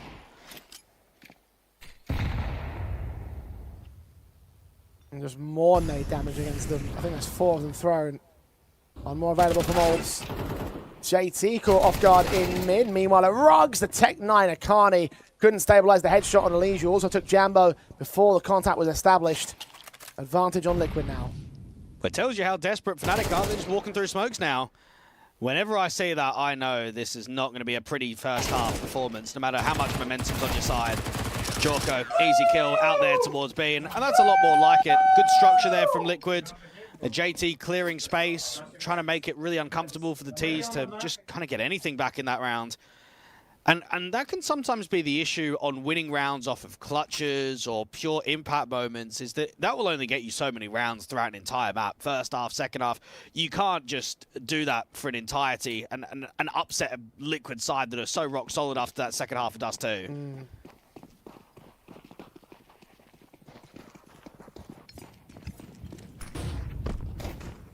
They've done more with their 4 spies than Fnatic have. Wiped out Eco Pistols immediately coming in from Fnatic. JT struck first on this round of Liege. And Naf can follow it up on the B-bomb site. 3 kills for Naf. Go easy pickings for a 3-all score. Now an opportunity for Fnatic to try and answer back. Feeling a bit hard done by with how down to the wire those rounds have come down in their favour. Now will need to apply themselves into a rifle win and a restart here on T-side. And I could only expect that Sparrow's looking at this game praying that it goes to a third map, praying that Liquid aren't just the juggernauts, right? That they come in and steamroll Fnatic. Otherwise, there'll be a lot of momentum going into that final. Passive on B. JT caught repositioning. And 4 checks for it. Carney with a kill. Marze with a returning frag. 4-on-3 situation. Advantage established for Fnatic. Execution success. Bomb plant secured. Made damage. Pretty minimal when you consider how many players were in this vicinity. Liege gets caught. Fear and Drakazmo finding both him and Jorko. And Molb's there for exits. No smoke for the Ninja. So Fnatic indeed should find their opening rifle round. It's just a B-pop, and you could see that they were slightly out of position. Naf was trying to fall back to Temple. You've got JT around default. He would have loved either a smoke towards main or even an incendiary he could put down. He can't even get a flash out. They're just not in the right positions to be able to block. And it meant that only 1 kill can come between those 2 B players. So just overwhelmed. Caught napping ever so slightly.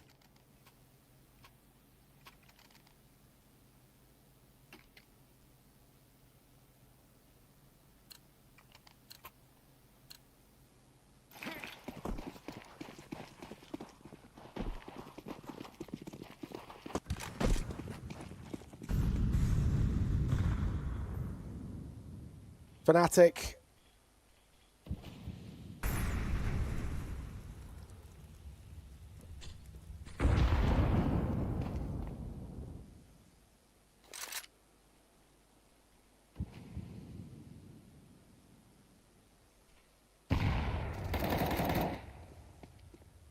Very careful about the approaches to these defaults.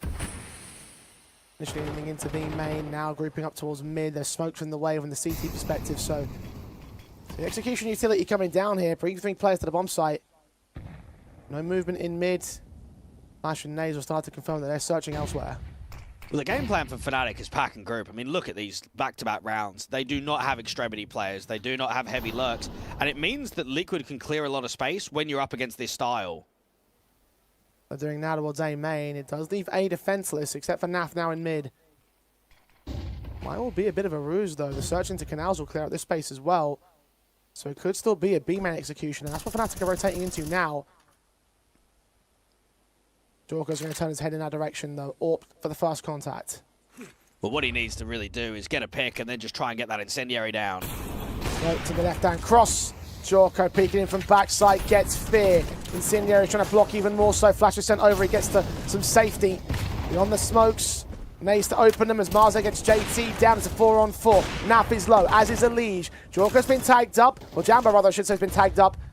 Jorko's leaning closer for a secondary shot back onto Casmo. Carney close, puts his head off his shoulders. Taken out by Malves, however, with the smoke clearing the position revealed. The M4 takes a double and a triple. With Jambo and Marze both down at the main entrances. Liquid equalize again. That's a sick sequence coming out from Malves ever since backing up that pistol round. We know that he's certainly on it on this map, because I don't think he played very well out there on Dust 2. He got, what, 10 kills, 57 ADR, 0.77 rating? I think for his standards, that's poor, and that's not a good showing. And come out into Anubis and just see that little bit of flair. I like the re-peeking that's going on from Jorko. A lot of pressure against those T-side individuals. And then instantly from Malves, it's just a lack of respect. I mean, they don't even wait for Naf to backstab, do they? I mean, he was the one that was going top mid and in and around B. It's just so high press there from Liquid. I'm going to see Jorko getting some confidence in his game. He hasn't had the best of tournaments.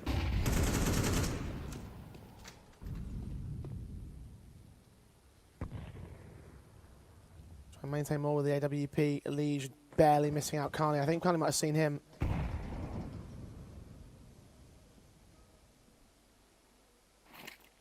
Waiting for somebody to act as the T start moving in towards Water. He's flashing their way forward of it. Jambo's waiting for someone to extend the main too.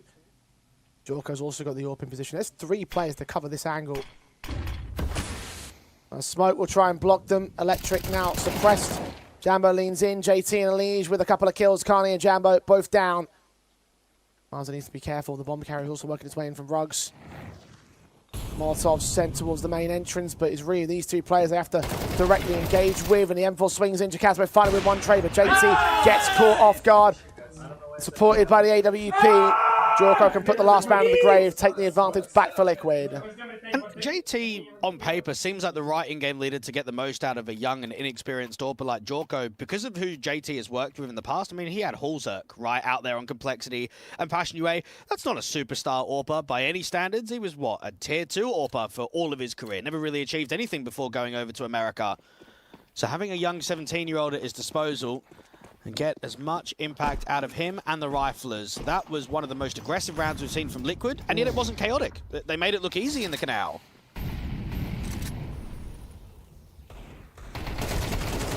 Fear fragged up first. Naf takes him down. Responsive good on the rifles versus the pistols. Naf still in with more contacts, though. Will take Carney back at Electrics to the canal's peak. 2 men walking out of A main as well, nearly catching Marze on timing. Jambo, speaking of timing, has walked his way in towards mid with no one to receive him, but the bomb gets dropped by Elige, so that should be enough in the round. Naf will get domed in. Marze will need to find some sort of shot back onto Elige if he wants to maintain a chance in the round. There's further backup on the way, so they're going to have to act relatively quickly. AK recover for Jambo, but no Kevlar. We're just hoping for the right timing against that AWP, but it doesn't quite work out. Last player at Jambo up against Elige, pre-aims off. It's 6-4. And correct me if you think I'm wrong here, Jay, but this is just so flat from Fnatic. Like, what have they literally done on this map? They won a clutch from Marze on pistol of a 1v1 versus Malves. They then had Fear win a 1v1 on that B bomb site with the Tech 9. They had Marze winning another clutch. Ever since that, bro, they look so average on this T side.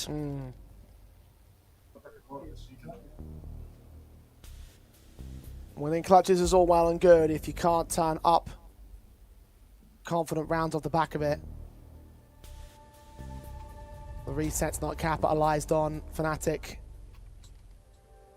never able to break Liquid's backs. Liquid did the same thing to them, though, with all those rounds wearing down the economy. One good win. Eventually a lead gained. An 8-4 half on the CT side for Liquid is up to task. It could very well be.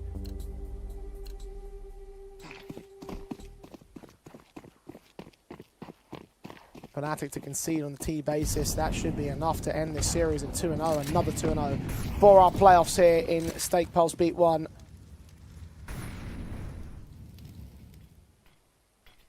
Fnatic have fought so valiantly across both the maps even then.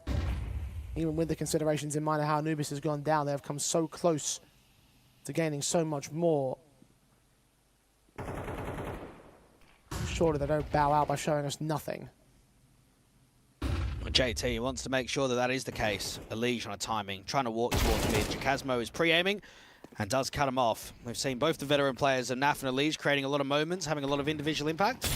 That's one of the few rounds where he gets caught off guard. Jorko being forced away by Util.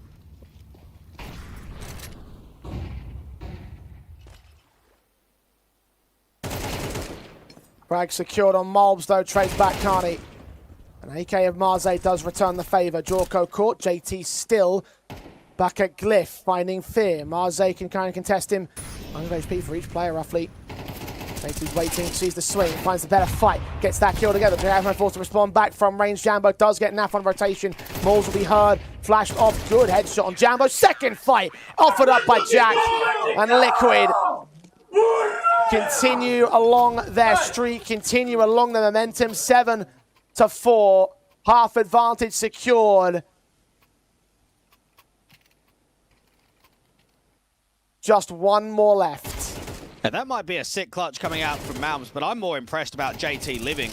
Out to Glyph getting one, and then just the repos. It might only be one more kill, but it sets up Naf to come in quickly. It sets up Malms to come in quickly. And I don't think it gets discussed often enough just how important living is on a bomb site, right? Getting players in the right positions to defend.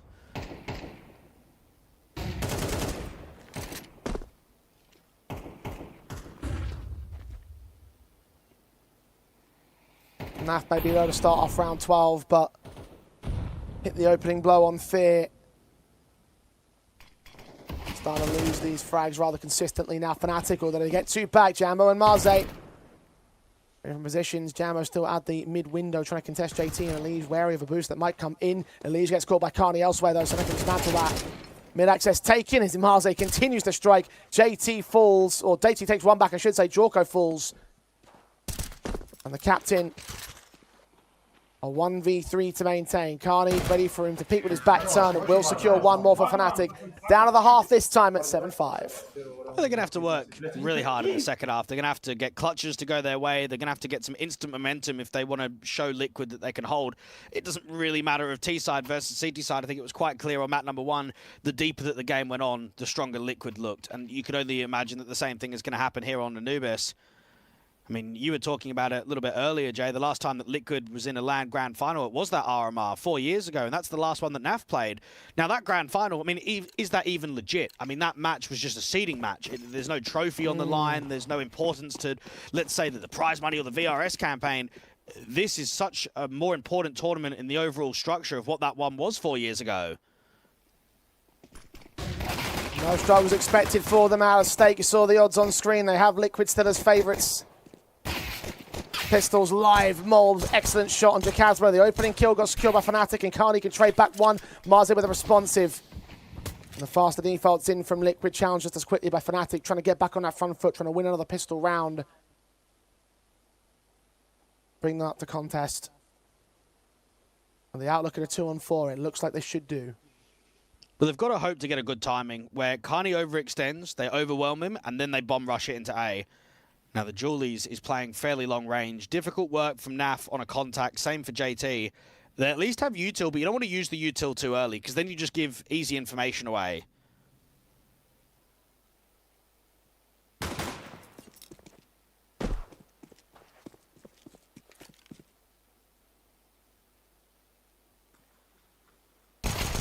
Naf holds for Jambo, does find him on the extension, so now as the backline's clear.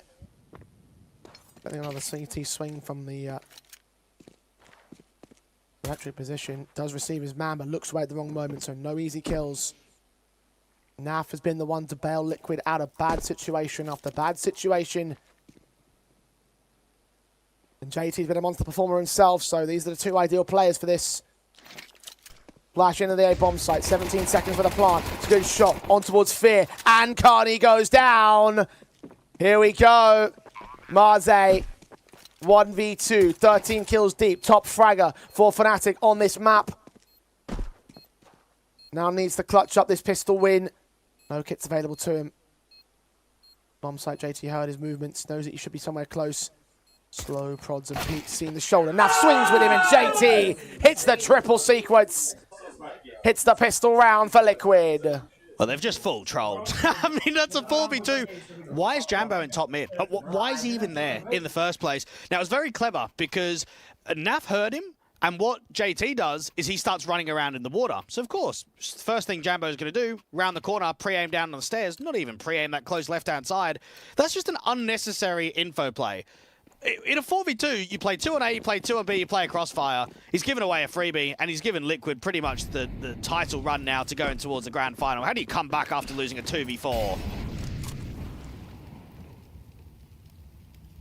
I think you don't. Game over for Fnatic unless they find something major in the next few rounds. At least the scoreline lead won't lead into an immediate map win, series win for Liquid. We're just Fnatic offering us nothing so far here on Anubis.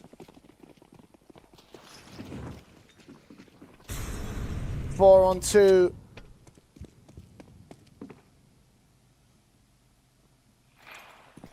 Carney's hearing them coming in from Electric.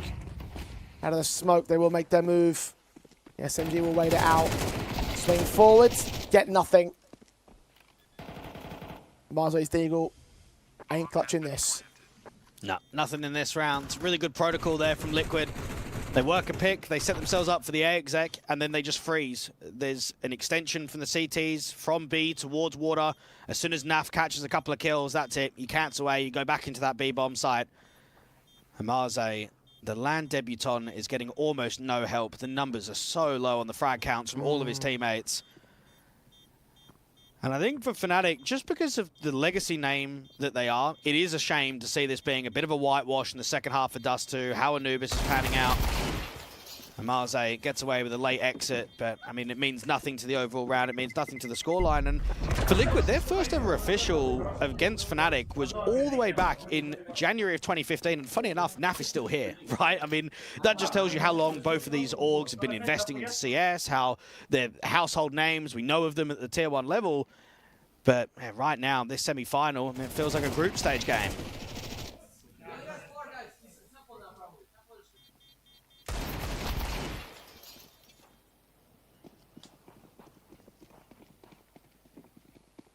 Liquid.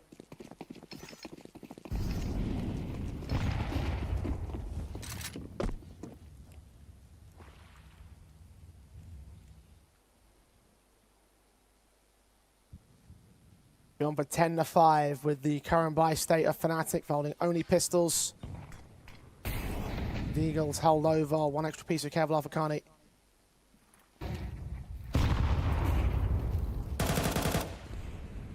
Fnatic in a pretty dire spot now. Liquid can go all they want. Take what they please. Take that B-bomb site with no resistance from Fear. Backed up. Mac 10 sprays him down. Bomb will now get secured. There will be a buy for the CT side in the next one, but we are asking for damn near perfection if they want to have a chance here on Anubis. Carney won't even get away with that deal saved, at least not without losing his lifeline. Jacasmo will put some nade damage on, but no trades, no hunts, no frags, no exits, no nothing for Fnatic. Hope Independent calls a tactical timeout because right now they need it.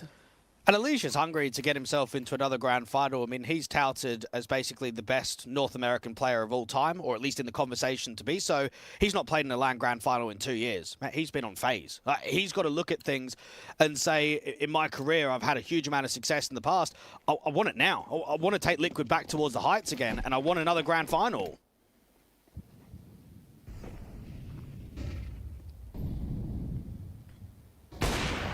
Jorko finds a crack angle on Fear. Once again, Liquid overwhelmed within their lower fragger. Finding a frag of his own. Molbs caught at point blank, but Marze can't hit him.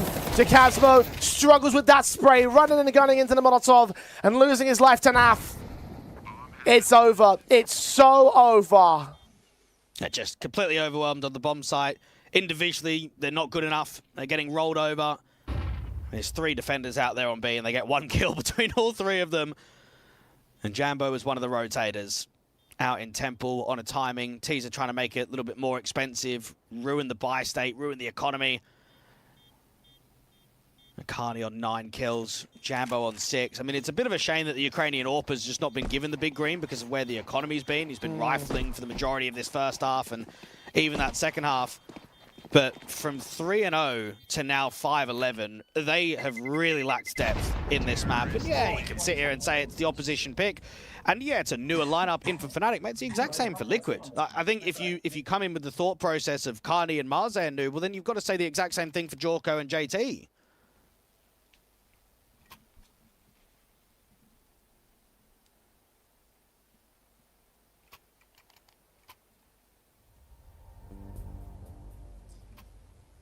Timeout on Fnatic. Trying to find how to translate some of the online success to LAN has been their goal throughout the course of Stake Pulse. And for a while we saw it. But right now we're missing those stars.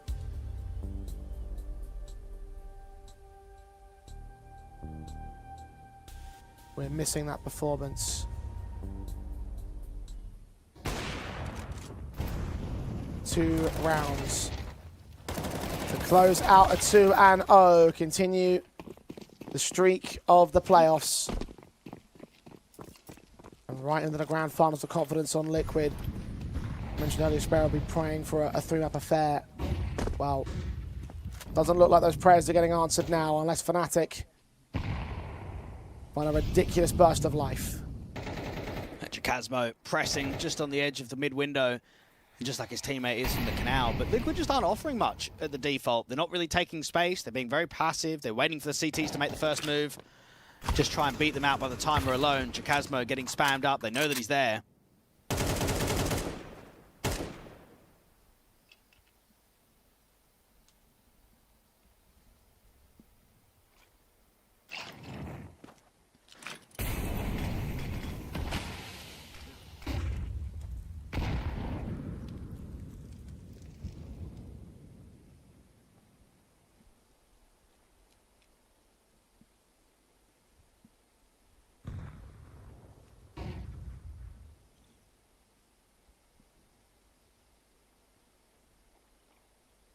Dambo contesting Waterman's now's adjustment to JT wins that fight. Start to favour Fnatic. Second one for Marze as well, gets Molbs down. In Electric, seeing a lead, get utility caught out, so he gets shot in the head, and now the Teams begin their execution into the B play. 2 men to hold. Fear seen close. Naf is low HP, but blinded off. Jorko can get the returning frag. M4 swinging up. Jacasmo gets nothing at Glyph. Jambo gets nothing on the flank, and Carney is left with nothing in this 1-on-3. Jorko, not denied with the spam. His AWP will check. He'll miss a shot. Kill found in the first and the second. The transition to the third still isn't there though.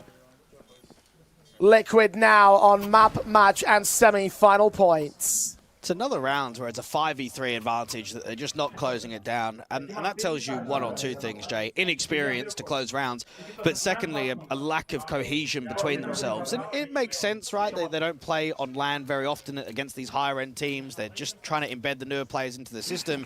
But you can't get caught with nades out against a Legion from water. If that happens, you're just going to die. You're just going to get completely punished.